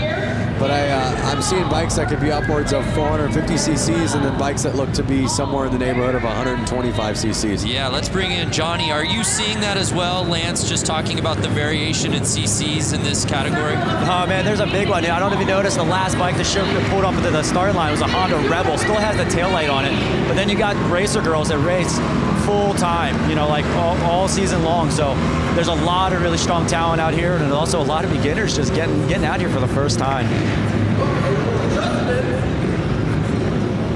So we're getting ready to set it off for the women's main.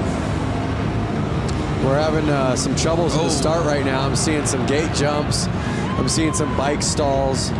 So I think it's their nerves kind of getting to them. And as Johnny said, you see it with hooligan racing. You see it at Flat Out Friday every year. Just so many different types of bikes, but you're at Flat Out Friday when you see a tail light out on the race course. Yep. Uh-oh. Getting bumped to the back. It was looking like she was having some clutch issues. She kept jumping the gate, but I don't think it was intentional. I think it was either nerves or it was something with the bike. Oh, there we are. Yeah, I'm seeing dirt bikes, but then I see a cruiser bike. Right, and that looks to be Zaria Martins. Uh-oh. Oh, she has to be on the third line for those mistakes. They're off. Again, that inside line kind of being the promising one. It looks to be the number 11. Anna Lang.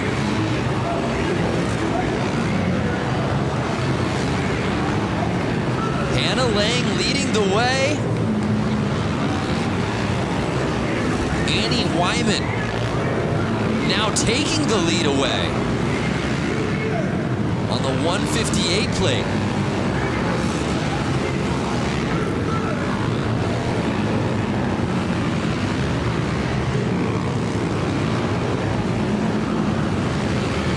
And you see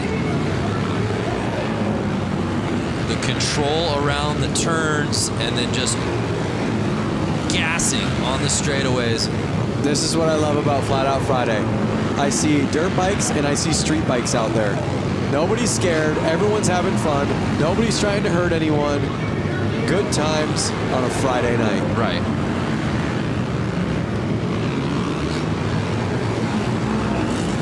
So it's Wyman still leading the way with Megan Funk right behind her. 4 laps to go.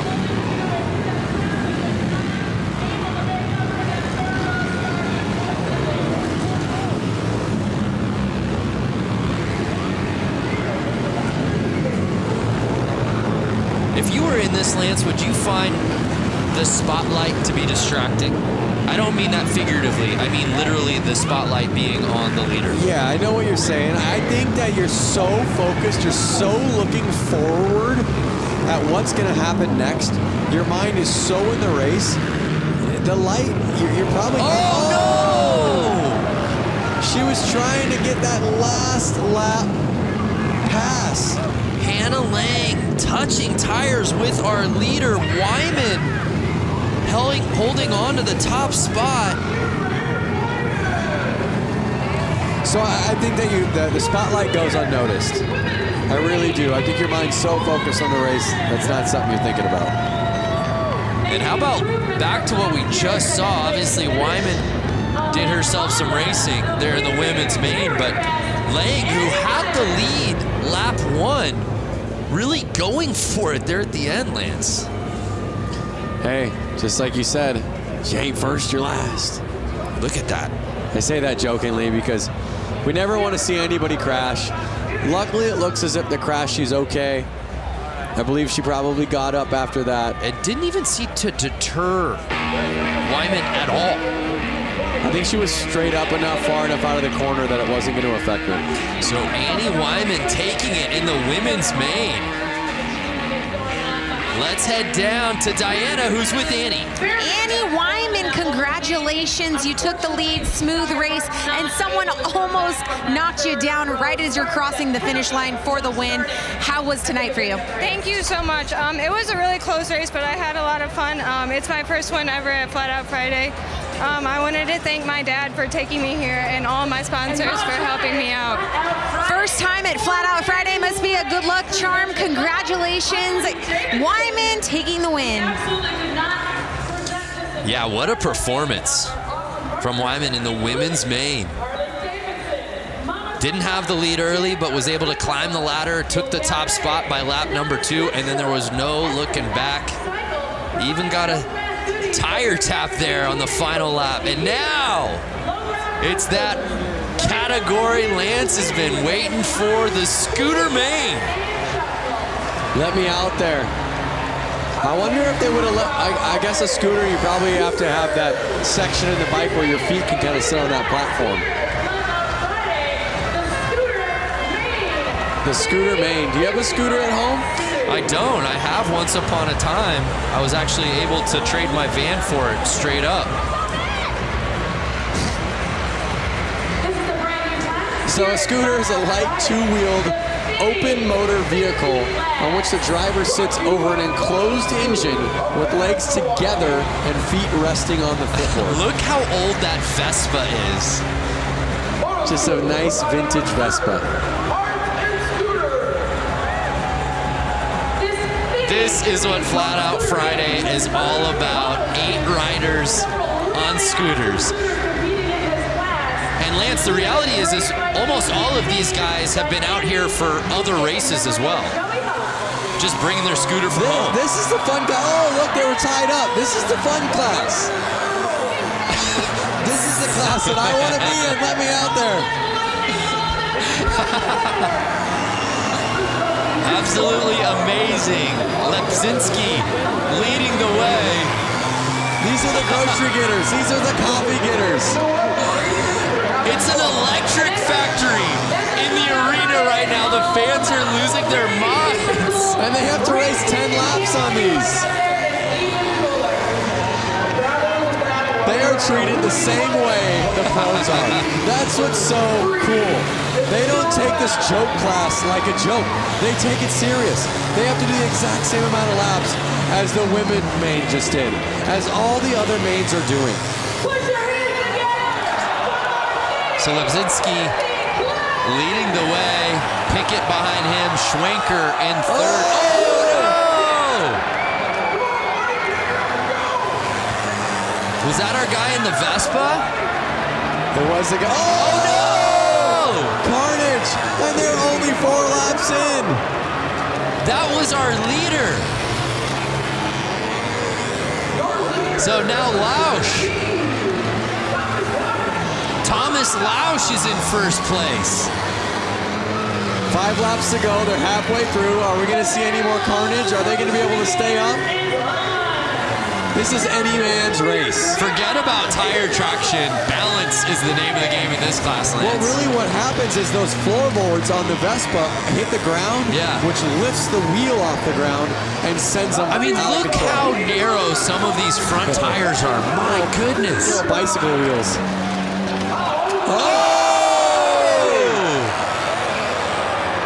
Right back up. A brutal tap. I'm telling you, these guys are laughing. They're all laughing in their helmets right now. And now it's Schwenker. Logan Schwenker leading the way. Will he get past? And he does. Andy Pickett. We've seen 4 lead changes. And the checkered flag comes in. And Andy Pickett on the final lap. The crowd is going wild. Taking the W. There he goes.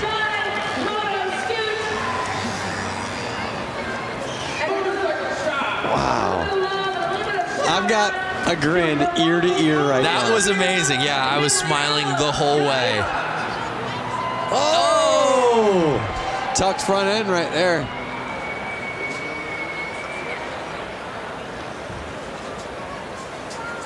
Let's see what we have coming up.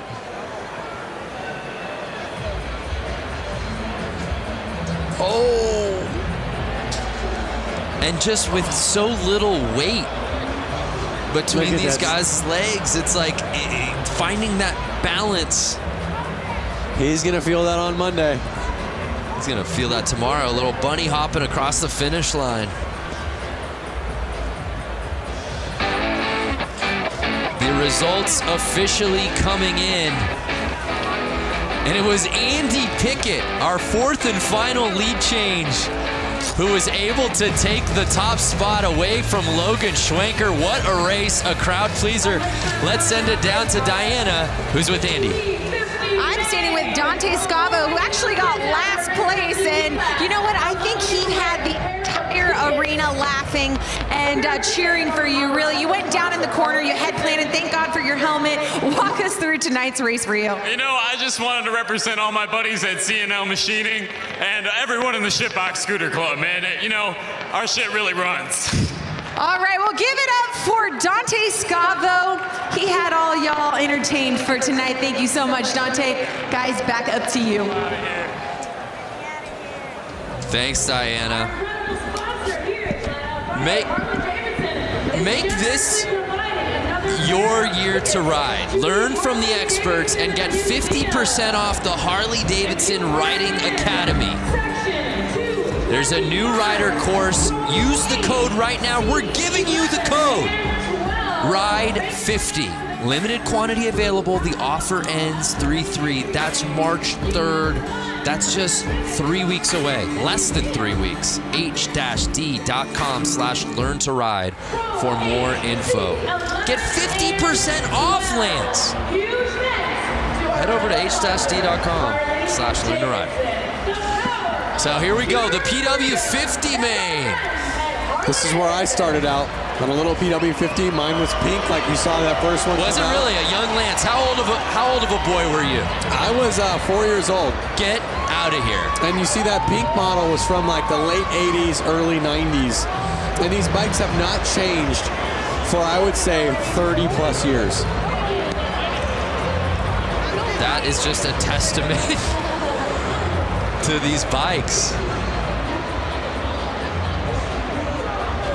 So if you're thinking about getting your kid out there to ride, PW50 is a great bike, and they haven't changed in years, so you can get an old one, get a cheap one, get your kid out there on 2 wheels, and it's really something awesome for the family to do. Yeah, no doubt. There's a look at our field of 11 riders. We don't have ages on these kids, but they've obviously gotten the bug. I'm gonna guess between 4 and 8. Wow. I'm gonna say 4 and 6, actually. That's just amazing that a 4-year-old Lance Corey was out here. And they're off! And it's the 38, Braxton Jacobson. And look at their setups. It's just like the adults. They have the carpet on the boot. They have little mini boots, mini helmets, mini chest protectors. They are kitted. And Braxton says, "Excuse me, field, I came here to do a little racing." Just getting his lap on. And Lance, he is riding at another speed out here tonight. He is riding at another speed. He's looking a little big on the bike, so I'm gonna guess he's a little bit older. But once again, he fits that bike. He's out there racing, and he's having a blast. Perfect form. And the checkered flags are out. And was there any doubt? Braxton Jacobson with a wave to the crowd. What a pro here in the PW50s.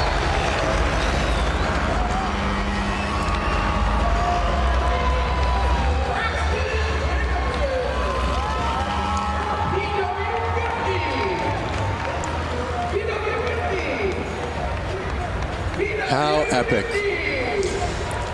And he didn't have the inside positioning to start that race. He had to come from middle of the line there to get that hole shot. He had his eyes on the prize. That's a fact. It's so inspiring to watch this. My daughter's 2, and it definitely Gets me excited to get her on a little mini motorcycle like that. You don't have yours from when you were racing it for, do you? It's got to be in a garage somewhere. I don't have it, and I regret not having the chance to keep it, but I was 4, so if my parents sold it, they probably sold it to get me a bigger bike. But you know what? Let's try something right now. If you're watching this and you bought that bike 20 years ago, get in touch with us. Just comment. At Lance Corey. Yeah. Just say, hey, I got your bike. You don't even have to sell it back. Oh, you're actually looking for the person. Yeah, with I'm looking for the original bike. Okay. Yeah. I like that. Well, it's been a great night of racing so far, and with plenty of action still to come. Let's take a moment now to get to know a very special family of riders in the Harley community in a series we like to call Beyond the Track. My wife, her name is Liz. Our first date was actually a motorcycle ride. From there, we just knew that we both loved two wheels. We have 2 sons. One's name is Charlie, and the younger one is Oliver. Immediately, those guys both loved motorcycles. Whoa, big wheelie. And they would see Dad riding down the road, or Mom on her Harley riding down the road.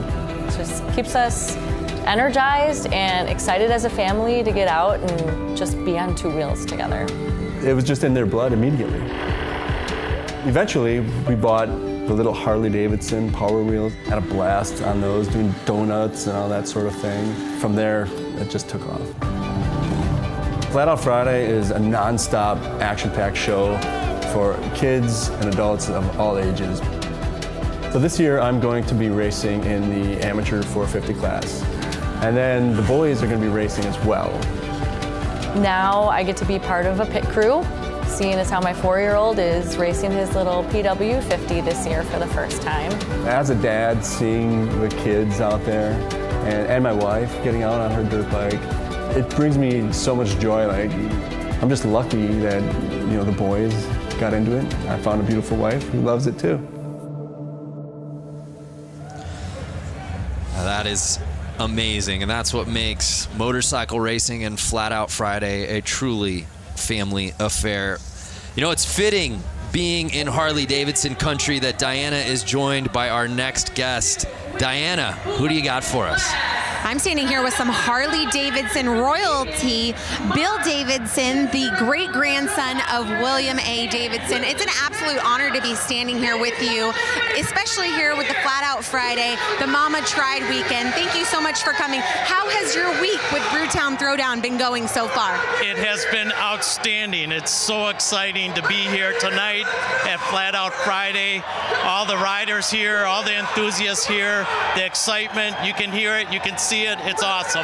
That's right. Well, you know what? We started our week off at Brewtown Throwdown. Then we head over to the museum, go to the restaurant, all that good stuff. You are the vice president of the Harley-Davidson Museum. If someone has never been there, what can they expect when they go there? Well, the Harley-Davidson Museum is like a treasure chest. It's over 115 years of Harley-Davidson. So you can just imagine the motorcycles, the memorabilia. We've got special products like Elvis Presley's Sportster. We've got a double-engine knucklehead called King Kong. Peter Fonda's Easy Rider motorcycle.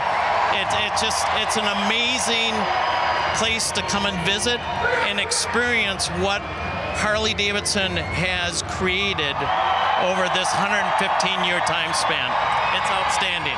It really is outstanding. I hung out at the museum during the 115th anniversary. I was busy nonetheless. I didn't even have to leave the museum because if I wanted lunch or dinner, I could just head over to Motor. There's so much more to do at the museum than see the museum. Absolutely. There's a great restaurant called Motor. There's a bar called the Can Room. We've got so many events that take place. We do bike nights there. And this summer, starting June 15th, we have a special exhibit that's called the Daredevil exhibit, which is going to be unbelievable.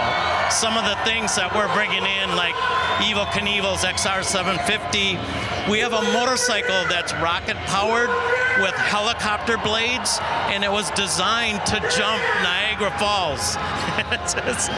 It's so amazing. If you guys haven't been to the museum, I mean, they go above and beyond there, and you guys won't want to miss the Daredevil exhibit. It's going to be coming around June 15th. June 15th. And you guys can't miss it. And is there anything else that when people are watching, what do they need to know about the Daredevil in the Harley-Davidson Museum? Well, you can't miss it. It's going to be spectacular. Some of the things we're gathering up actually from around the world, representing daredevils through the years, whether it's been on horses or bicycles or motorcycles or cars. It's going to be at the Harley-Davidson Museum this summer. Well, do not miss it. June 15th, Daredevil. Bill Davidson, such an honor to be standing next to you, and thank you so much for all your family's history and lineage. Thank you. Brando, Lance, I'm going to send it back up to you guys. I bet you're jealous right now. We are peanut butter and jealous is what we are. And the Harley-Davidson Museum is worth the trip to Milwaukee alone. Whether you own a Harley-Davidson, whether you rode motorcycles or not, it is an institution. We love going there. I love the Harley-Davidson Museum. I love the food that they have there. I love the memorabilia that you can buy. Well, tonight's broadcast is brought to you by the all-new electric Livewire. Plug into a new kind of thrill. Discover more at h-d.com/livewire. And by Eagle Rider Rentals and Tours. With more than 150 locations in the United States, rent your dream bike for a road trip across town or across the country. Eagle Rider's the official U.S. provider of rentals and tours for Harley-Davidson Motor Company. Visit eaglerider.com to learn more. Well, the show moves on here at Flat Out Friday as we move on to our next class. It's time for the Women's Hooligan main race. Let's head back down to Johnny for a little report from the course. Johnny, how you been, man? You know, just down here watching the action. You know, we got a full class of women hooligan bikes this afternoon. And to me, you know, if you look at these women, there's not many over 5'10". I'm 6 foot, and these things are 500-pound motorcycles. And even me riding them around on the street, I get, you know, intimidated. So these girls are jumping out here, and they're going to put on a show. You know, the racing's going to be really good. Throwing these bikes around like, you know, like they're mini bikes, make some good passes. I'm excited for this. Yeah, we are too. Well said. What a sharp lineup of motorcycles, Lance. Yeah, I'm looking at the start list right now and looking at the women out there. I see a name that's familiar, Kaylin Thorian. She is a professional skier. Right. Who loves to ride Harley-Davidsons. Clearly. The bike she's on is not even her bike. She flew here, asked to borrow one of the hooligan racers' bikes, so she's out on there on someone else's bike. She loves racing so much, she loves motorcycles so much that she found herself out here sans bike and just said, I'll figure it out. Yep, and she's right there, the number 46.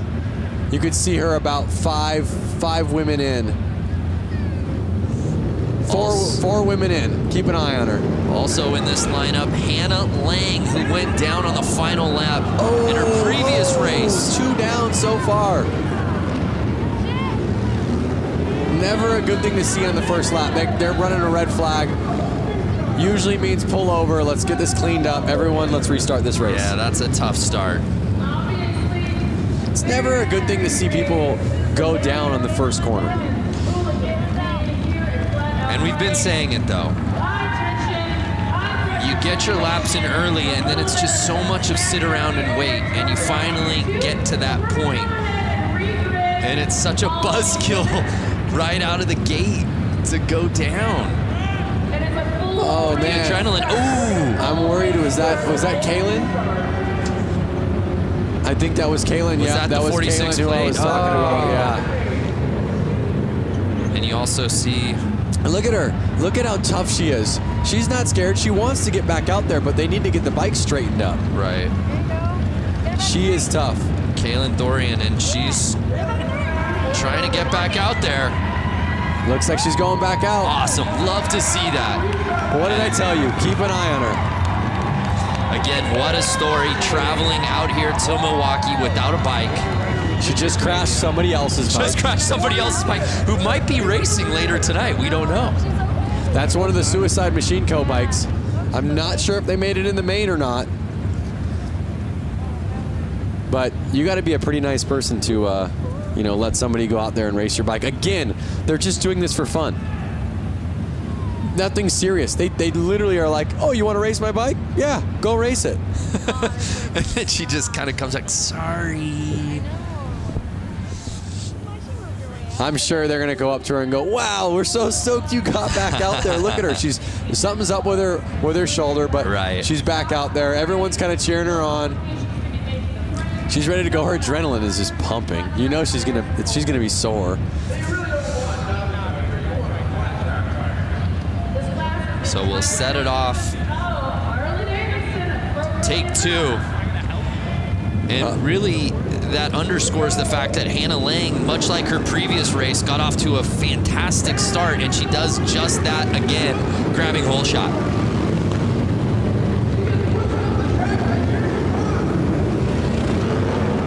Hannah Lang looks to have qualified first, and now she's in the lead. We'll see if she can keep that fastest lap time at the front of the track. So she's holding on to the top spot, but she's on the outside. Oh! And she pushes off. That was Lassen. That was Lassen, who was right behind her. Kristen Lassen was pushing hard, but pushed a little too hard.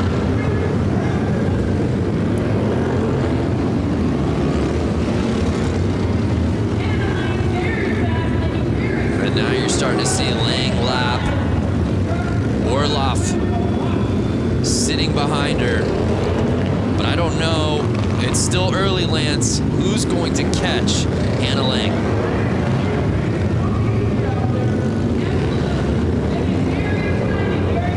They're a minute in the race. You can already see Lang's got a 5-second lead on Orloff. The Orloff sitting in that second position, but she's got so much ground to cover, and Hannah Lang just seems to be getting faster as this final moves on. Every lap, your confidence kind of boosts and boosts and boosts. You're getting more comfortable. You feel the track more and more. You understand the track more and more. As long as you can keep your excitement level down, you can usually hold on to that win.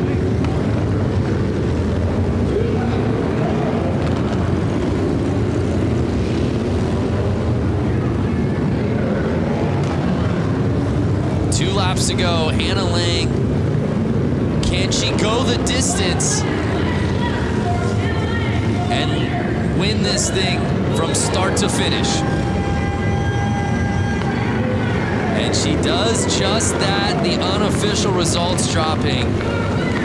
And the thing that really stood out to me, Lance, was just how comfortable she's looked on this course, and she's probably ridden more than anybody out here on this lineup as she was part of that women's main just a couple of races ago.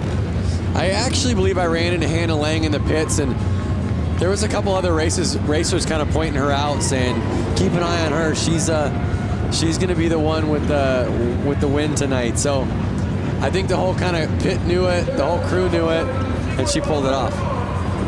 Well, Hannah looked so good in the women's main, but wasn't able to take the top spot. That changed here in the women's hooligan as she takes it. Again, got to give that street cred out to Kaylin for pulling back out there on the track after slamming down on that concrete. Yeah, so our results officially in the books here in women's hooligan. Hannah Lang fending off Leah Orloff and Mallory Lee to take the top spot. And of course, Kaylin Thorian just outside of that top 3 spot, settling for 4th. Let's head down to Diana, who's with Hannah. Standing next to the winner of not only this race here at Flat Out Friday, but at the 115th anniversary, she also won the Flat Out race. She's built this bike. Not only this, she dominates on the course. Hannah Lang, what makes you so superior to other women on the course? I guess I do come from a very good dirt track background, and I have a great team at Westman Harley that builds great bikes, and they helped me build this one for this year. Well, she's taking home another win. Guys, we're going to send it back up to you. Hannah Lang taking the win here tonight. Yeah, Diana reminding us of just how good she was at the 115th. Yep. late last year. Confidence is key. So we turn our attention now to the next class. It's time for the amateur main.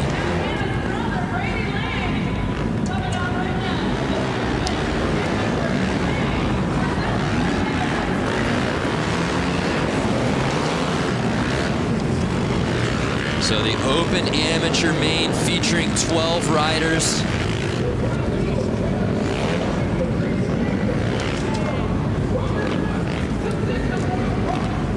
Headlined by some familiar names, including Matt Schmidt. I see number 90 of Brady Lang. I'm wondering if that's a relative. Oh yeah, of Hannah, possibly. A family of racers. Our boy Brewski, back in the mix. Ezra Brewski. I saw Cody Funk earlier racing. See him out there again.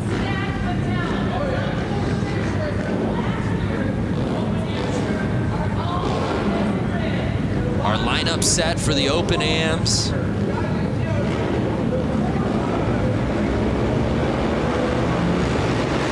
Chaz Maimon Jr. on the inside. Can he grab the lead early? He does just that. Hugging the inside so he doesn't get past, staying on the gas.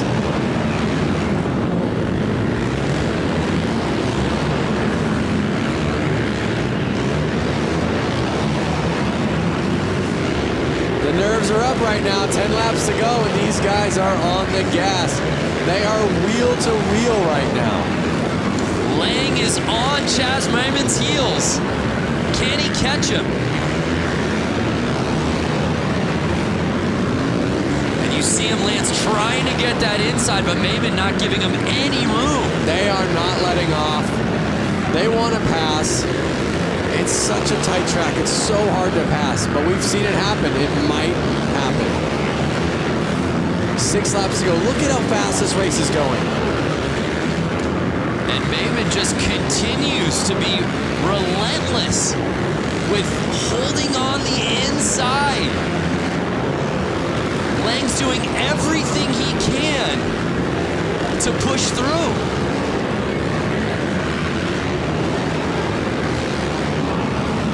Now, when you're sitting in that second spot, as Lang is, you know the strategy. I've got to get to the inside. I got to get to the inside, and you're not getting it. At what point do you just figure out, I got to make this pass one way or another? Did he make the pass? Did he make the pass? Oh, man down, rider down. He's in the lead. He made the pass. Lang made the pass. You're right. Lang is on top. Must have happened without unofficial results, and he does it. Was that the final lap that he did it? I think those results are a little off. I believe Lang pulled it. Lang is on the 90 plate. Yep. And so he sure looks like he did. Lang wins the women's class. Lang wins the open amateur class. So what you're saying is when you register for these races, you should write last name Lang. What I'm saying is the Langs trained together. The Lang train. Yep. And they knew exactly what to do. There's the pass right there. Whoa. We said it. All race long, Lang was just looking for that opening. Do not give him the slightest daylight because he was going to take advantage of it. Flagger, almost down for the count.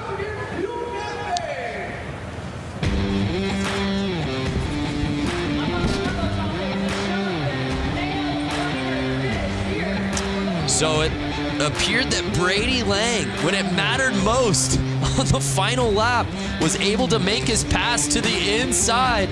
Let's send it down to Diana.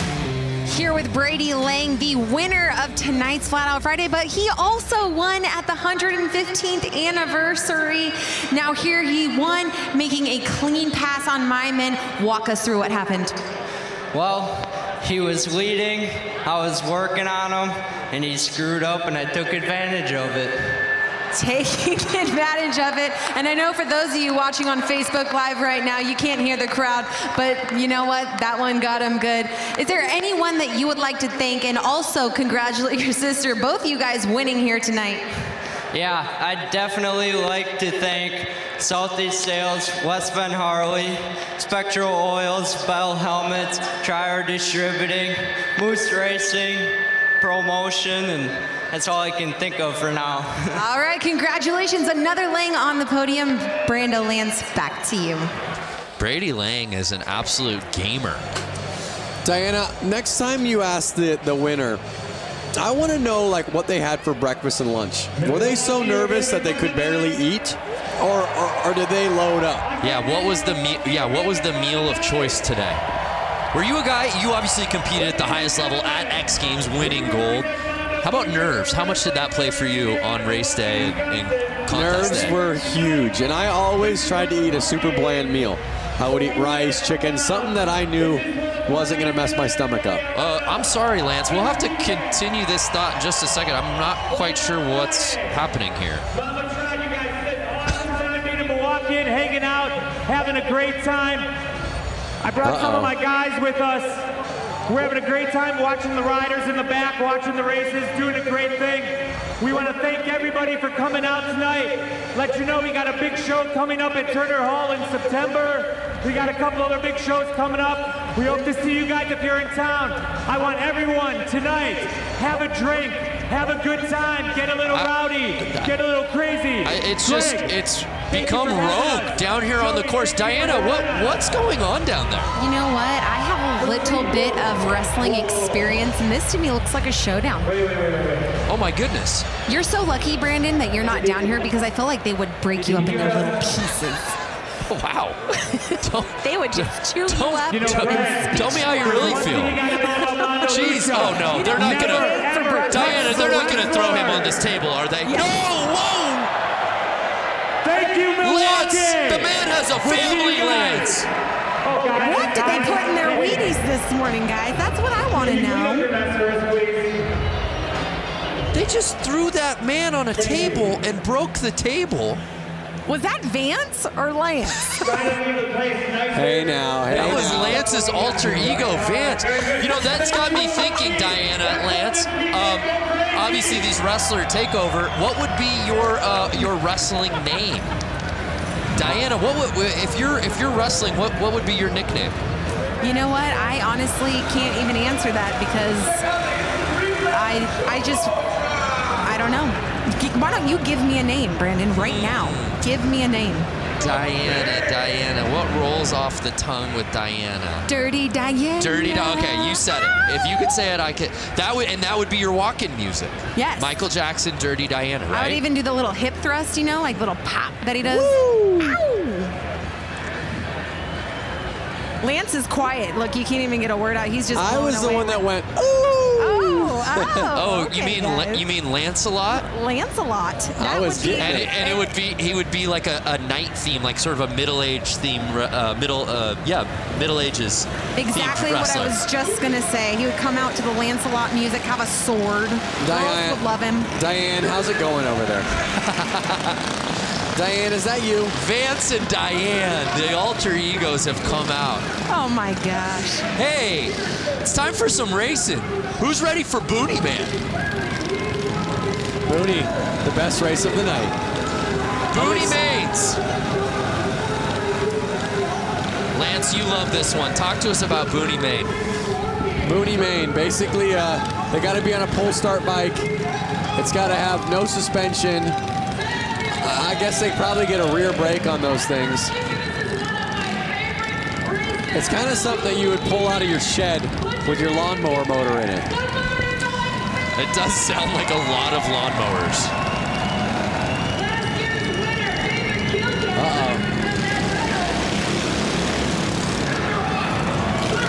Oh, JJ Flaherty out in the lead with his white leathers.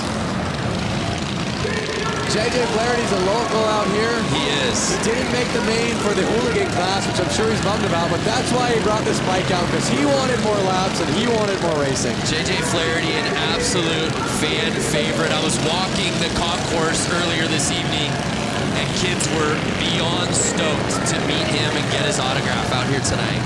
A lot of JJ fans here at Panther Arena. You see David Kilkenny right behind him. I've seen both of these bikes racing right at the peak. for the last 4 or 5 years here. Can Kilkenny catch him? It looks like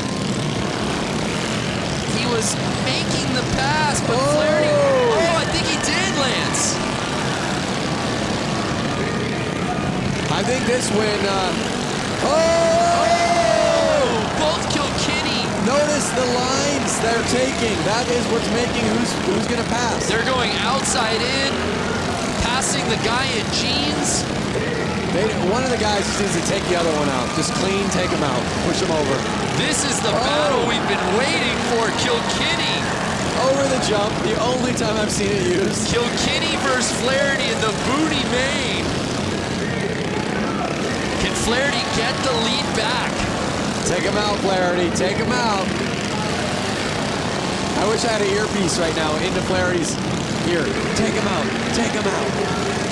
Sweeps the leg, JJ. And Kilkenny will just not let up. Final lap time. Can Flaherty regain the lead? I don't think so. Take him out, go, go. And Kilkenny wheeling his way into first place. That was a fun one. And look at that. They're both hyped. Pumping each other up. It's all good fun and games. I mean, this race tonight, all these races is almost like no different than meeting your friend at the park for a Friday evening basketball game. It's more just about getting out there and having fun. That they did. Oh, rubbing is racing. The Booney main. Be nice if we got a little Gucci main maybe playing in arena during that race. For the Booney main? For the Booney main. Killing me. You're killing me. How about Flaherty looked unstoppable in that thing? But it was David Kilkenny who grabbed that lead and wouldn't let go. David Kilkenny winning Booney main. Let's head down to Diana, who's with David. David Kilkenny dominating out here. David, you were working in and out with JJ Flaherty. Walk us through why you're so dominant over him. I don't know. I think we just ride together a lot, and I don't know. We both like to have fun on these silly little bikes. Well, why didn't you just punt him off in the corner? I don't know. I mean, I was just playing with JJ. We just kind of play back and forth, and whoever wins, wins. Well, congratulations. No stranger here to the podium. David Kilkenny taking the win here for the Booney bike. Whoever wins, wins. Isn't that the spirit of Flat Out Friday? I mean, that's the slogan right there. You're winning if you're out there. Whoever wins, wins. Shrug the shoulders. Exactly.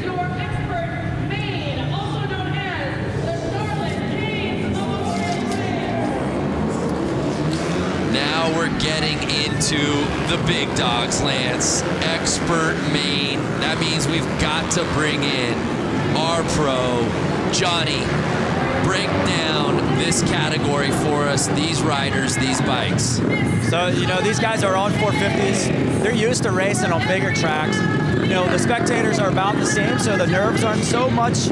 It's just a tight track that's really going to amp these guys up. You know, all day long they've been watching the track, you know, really seeing if the track is changing. Because these guys, unlike those guys, you know, just said on the boonies, hey, whoever wins, wins. It's not these guys. They're wanting to take home this win. Even though they're not the big show here tonight, because the hooligans kind of take over, these guys want to win. They have bragging rights because this is all season for them. And they want to go into the season saying, hey, I won Flat Out Friday. I bumped the guy out of the way. You know, it's going to get aggressive. These guys are going to put on a good show. You know, and it's going to be a quick race. It's going to show some cool racecraft out of these guys on this racetrack. Yeah, that's a really good point from Johnny. It is a really nice teaser for the season for a lot of these guys. On top of bragging rights, there's something about getting this win here tonight. And just to add this to your resume as another win, sure. It always helps your resume to have one more win on it. And they're off. It was the 65 who got the lead. And oh my, the 20 plate. Doing a little bouncing and taking over the top spot. One of Harley-Davidsons themselves. Jared Vanderkoop.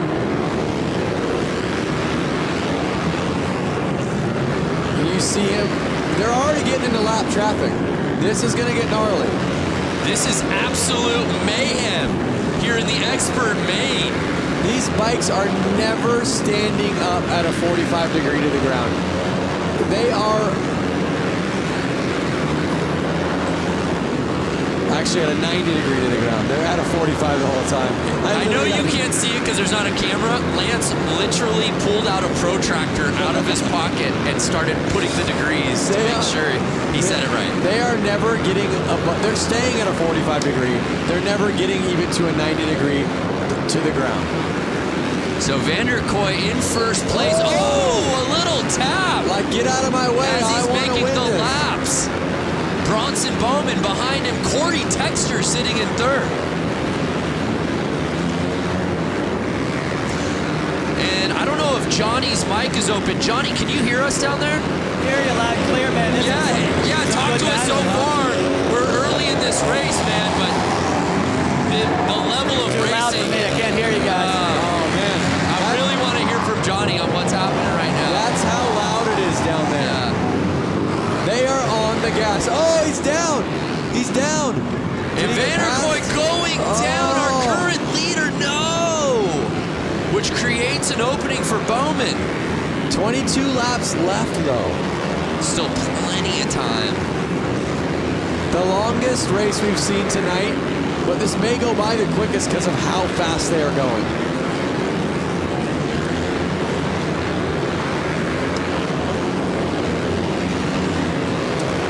So it's Bowman still in first place, Corey Texter behind him. And you know who I don't see any side of, at least at the top, is the 69 plate, Sammy Halpert. Notice how fast these guys are changing positions right now.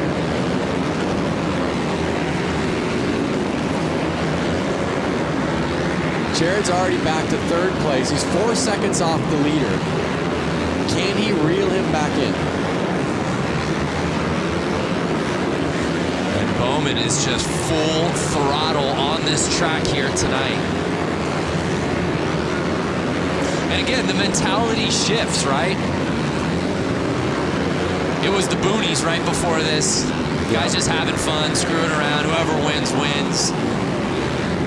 And the entire vibe has changed. And now I'm on the edge of my seat. Yeah, literally, you are. So Bowman holding off Texter. I'm trying to just pay attention to who's staying in the lead right now.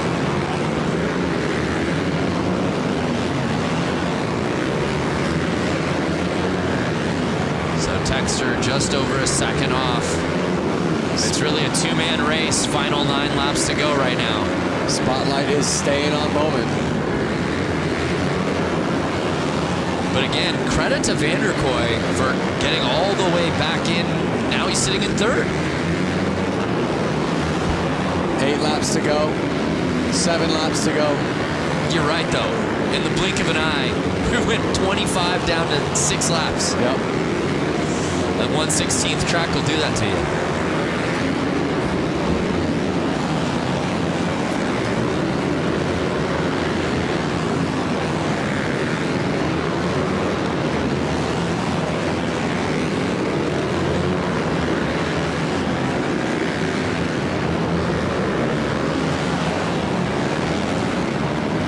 So wait a second. I just had a realization. 1/16th track, right? Yes, sir. So if they're riding 25 laps, they're riding right about a mile and a half. Crazy. In 4 minutes. Just think about how fast that is. That gives you a perception idea of when you go run a mile on your feet. They're riding about a mile and a half in 4 minutes. 4 minutes and 37 seconds. I was told there would be no math. And with that, Expert Main in the books. And it was Bowman who was able to hold off Corey Texter and the rest of this field. And as Johnny said, bragging rights heading into the season. Johnny, can you hear us? Now let's calm down a little bit. That was some intense racing there. Yeah, talk to us about what went down. Sorry, I lost it there. Now I can hear you again. Yeah, Johnny, just your analysis of that race. As you said, early season bragging rights on the line.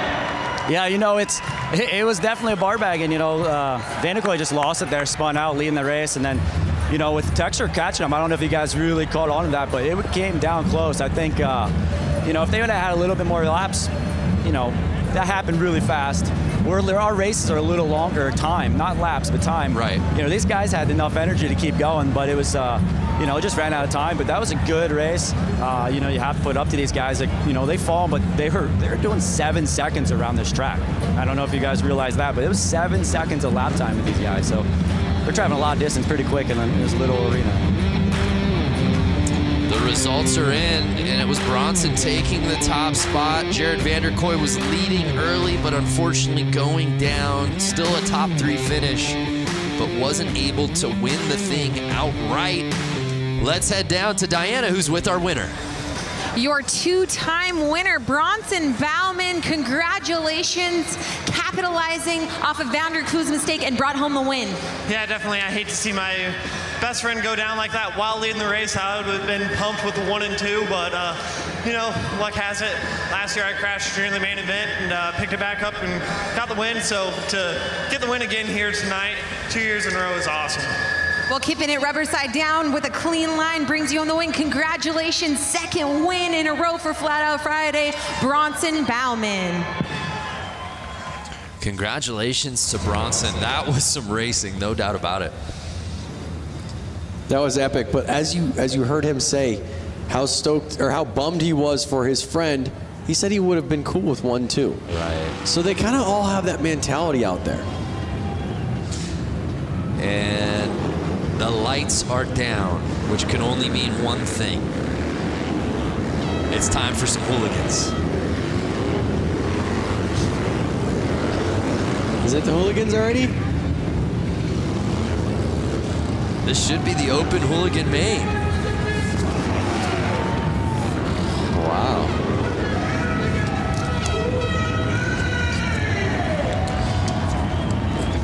The night is going by so fast. Crazy. I'm like, we're already to the hooligan main? Really the foundation of Flat Out Friday. The spirit of this night of racing is really headlined by this class, Lance. A group of guys that really got this going from Southern California that made it kind of known in the social media world and showed the fun about it and showed that you don't need to take it too seriously. You can have fun. You can build these bikes in your garage. You can work all week. You can go out with your buddies and you can go race. And it's really caught on nationwide and I'm sure worldwide. And it's just so cool to see this class have 100 people sign up for it today. Unreal. So a lot of familiar names in this starting list, and they're off.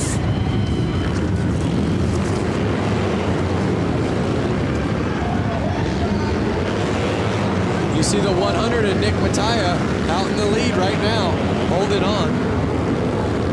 Can he hold it on for the next 11 laps? Heverly right behind Mattia, but right now, Nick is building a sizable lead.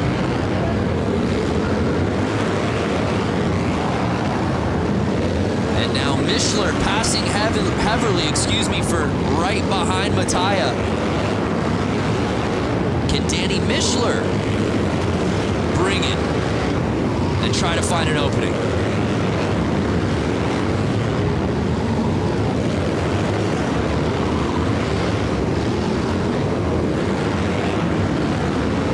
Laps to go, over halfway through the race. Nick Mattia just making this thing look effortless. You can see how calm he looks. You can see how smooth he looks. And that's what really you see in most winners. Now Benny Carlson has jumped up into second place. Oh no! Heverly passing Carlson for second. I don't know who's going to be able to touch Nick Mattia for that top spot. As he passes the checkered flag. Nick Mattia getting the whole shot and never looking back.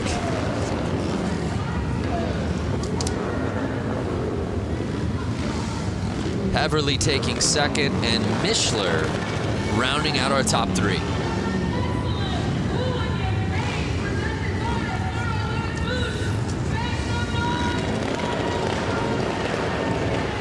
Look at that, rubbing his racing. Yeah, there's a great look on the inside.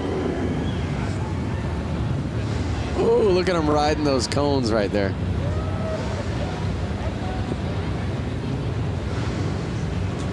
But Nick Mattia.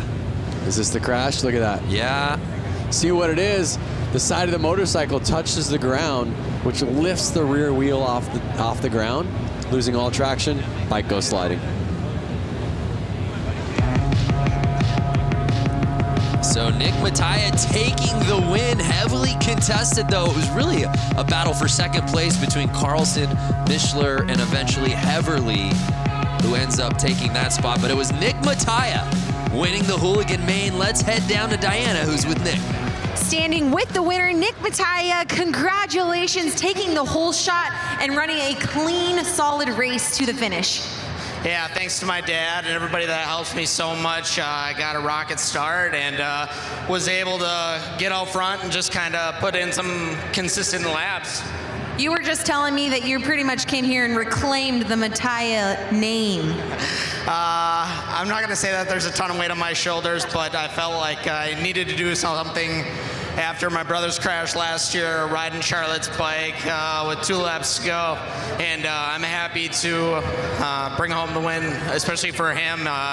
He just had knee constructive surgery, and he couldn't be here today, but this win is for him because I know he wants to be here.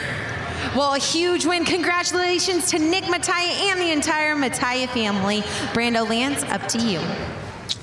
Yeah, thank you, Diana. Nick Mattia leaving no doubt about it. We turn our attention now to one of my favorites, the Vintage. The Vintage Main. I'd love to head down to Johnny if he's there. Johnny, I don't know if it's too loud. Can you hear us down there? Sorry, I can't hear you guys. That's okay. We'll come back to you in just a little bit. Actually, as these guys get onto the starting line. How about now, Johnny? Get me a little better. We'll get back to Johnny. I love, you know, as we said before, you go around the tunnel here at the arena and you get to see all the different bikes, and a lot of the guys who are riding in the same classes tend to birds of a feather. They're all kind of hanging together. It's unmistakable when you go by the Vintage bike area. It is unmistakable, and I think if I had a vintage bike, I'd be out there racing it too. I feel like you do have a vintage bike, do you not? I have a 56 Panhead. Now, I would not be racing that. You wouldn't take that out? It's not really, it's a chopper. It's not really a race bike. Okay. These are a little bit more vintagey race bikes. You can tell with the vintage bike, you hear a lot more two-strokes. That was a little thing of the past. I can even smell the two-stroke smell right now. I hope everyone watching it on their screen can smell it. And they're off. The 37 plate getting the whole shot.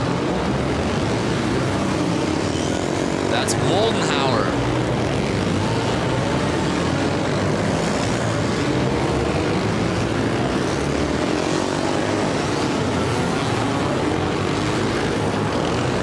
You know what was really neat, Lance, was watching this class out during the Harley-Davidson. Oh, look at that. Oh! Couple bikes down. I'm not sure if they've broken down on them. They're just not able to finish the race because of how old the bikes are. To finish that thought, the Harley-Davidson 115th anniversary races, when we did the beach race, and seeing a lot of these vintage bikes out racing on the sand. That was incredible. So Moldenhauer really just kind of weekend cruising right now to the lead. Yeah, it doesn't look like anybody. Oh! Doesn't look like anybody's pushing too hard. I think those vintage bikes might be dropping some oil on the track, which is making all these riders go down.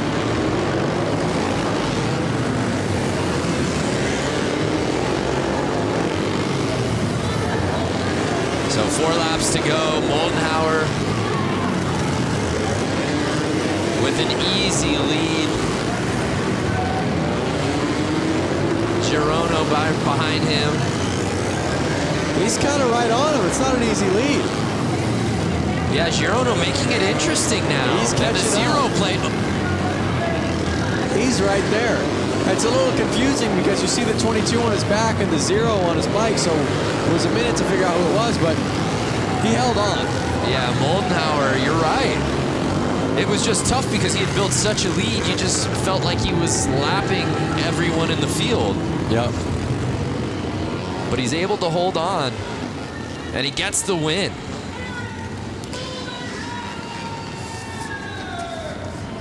Next up's my favorite class. Name, Goofball. Yeah, I can't wait for that one. Same name that I call you. Yeah, Goofball. That'd be my wrestling name, I think. The Goofball. So congratulations to Moldenhauer, who grabbed that whole shot and then clinged to the lead. He said, "You shall not pass." And no one did. It's his race to win.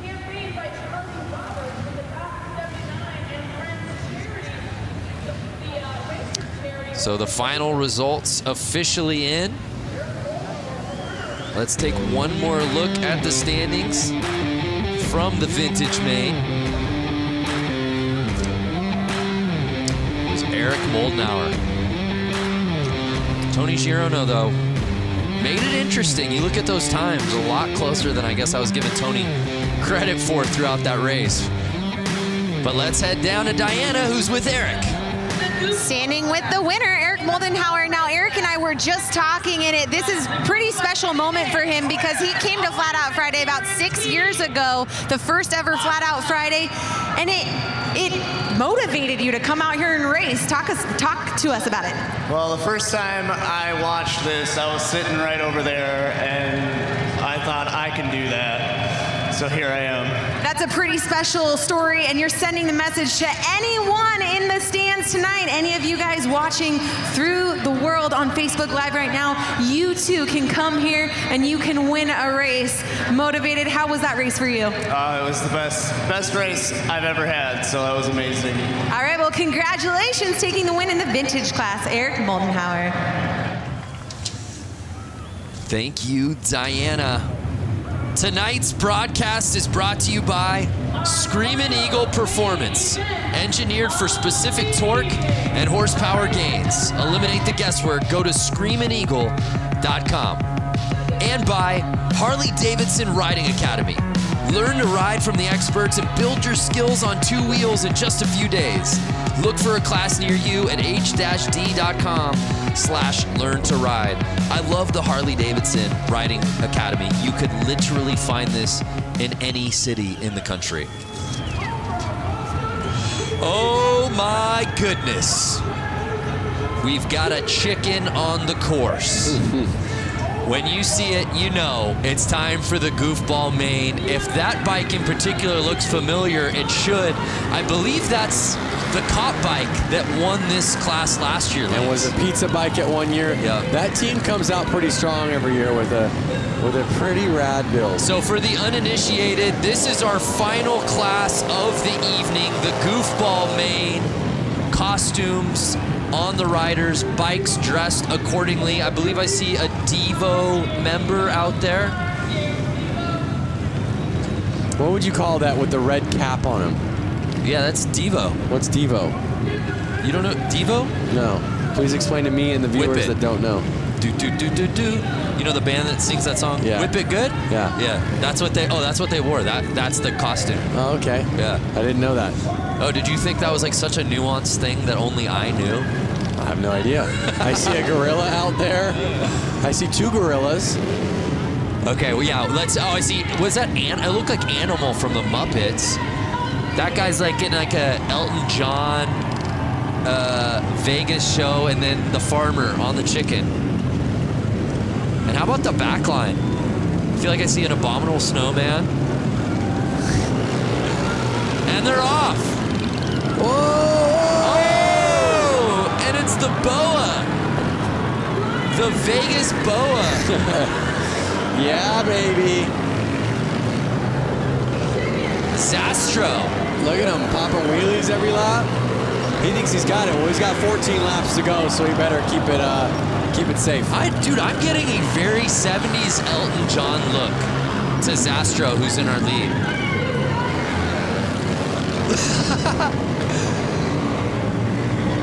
An unmistakable flair from Zastro around this course. Oh, the chicken! The chicken hit the ground. The farmer could not control his chicken. What's the three-wheeler doing?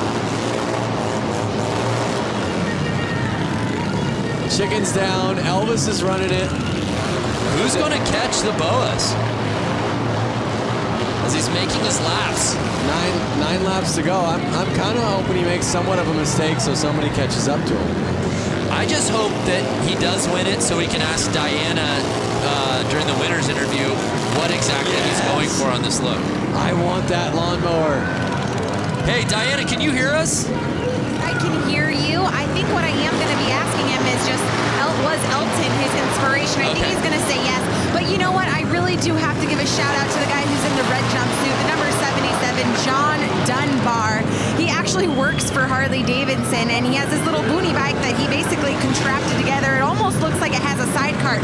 But guys, that's actually the engine. Oh, so no way! Both of his hand grips are his throttle, and I just got to give a shout out because he's one of my bosses at Harley-Davidson. So hey, pal, good job out there. Hey, pander when you can, Diana. No shame in the game. Oh, I did not realize that's actually not a sidecar, but the motor itself. That's amazing.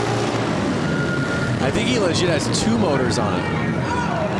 Two engines on it, I should say. Bike's off to the side. Everyone's being goofballs. And I saw the checkered did the checkered come out? The checkered came out. I don't know if there's confusion out on the course. I think they're just trying to get him off the track. Get your goofballs off the track.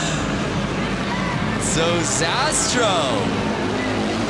Uh-oh. Joe is freaking at Goodland. He's letting it go. The farmer. Hey, if you can't burn out in the goofball class, when can you, Lance? He's trying to shut his bike off. Stop, stop.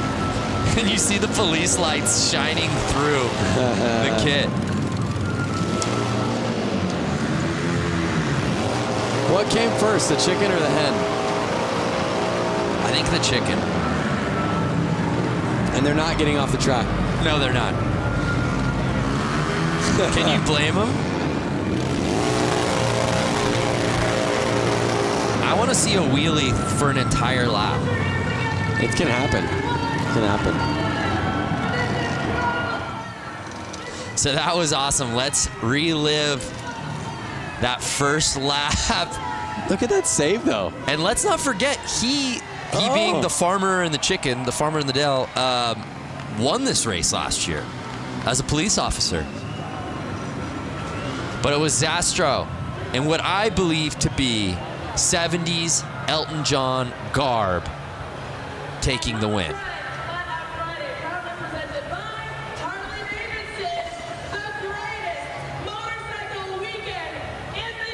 And again, you would wonder if the boas, just like tassels on some of the previous drivers, would inhibit the speed. It didn't do it at all. Look at how many guys are trying to stop Farmer from doing burnouts. Well, let's send it down to Diana, who's with our winner. You know, this whole time you guys have been calling him by his name, but it's actually wrong. It's Elton Ron, and Elton here has taken the win. This was a great class, and I just love that we have Elton in the flesh. Thank you. I'm just glad Harley brought me back after 16 years.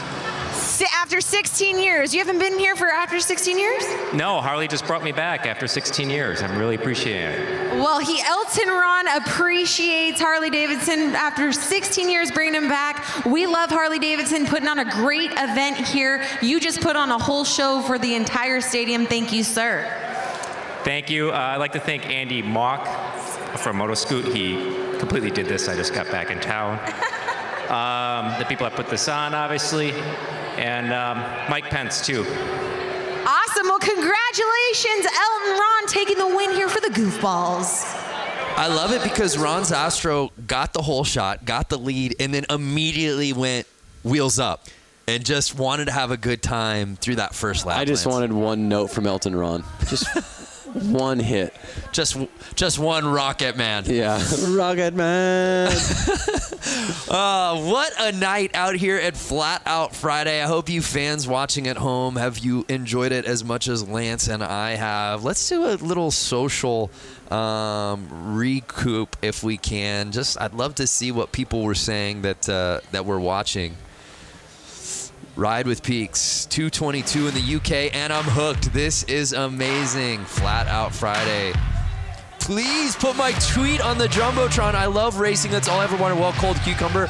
I don't know if it got on the Tron, but you got on the screen on the big show, baby. It's madness here in Milwaukee. Yeah, yes it was. It smells like Fast Bike Bulls in here. What a night of It's racing. been so much fun, Lance. Hey, let's head down to Johnny for his final thoughts on the night. Johnny, you made your broadcast debut. What'd you think of your first Flat Out Friday on the microphone? Wow, man, that was. I think that was the way to end a night. The racing all night long was incredible. I don't even know what to call that. I don't know if it was a race or just, it definitely fits the Flat Out Friday motto, And then this isn't even the end of the weekend, All these guys here tonight watching and hanging out. There's still bike shows and all this other stuff going on. So, man, for this event, to come here to see the racing, let alone like having pros and the hooligans, having 100 hooligans splitting in between 3 classes. Now this event is just taking that racing to a whole different level in the wintertime when it's 10 degrees outside. This was an amazing event. Yeah, it didn't feel like 10 degrees inside. Thank you, Johnny. How about Diana Dahlgren, your final thoughts? What's your takeaway from Flat Out Friday 2019? You know what? Flat Out Friday 2019 was epic. And not only that, the whole week and the weekend continues after this.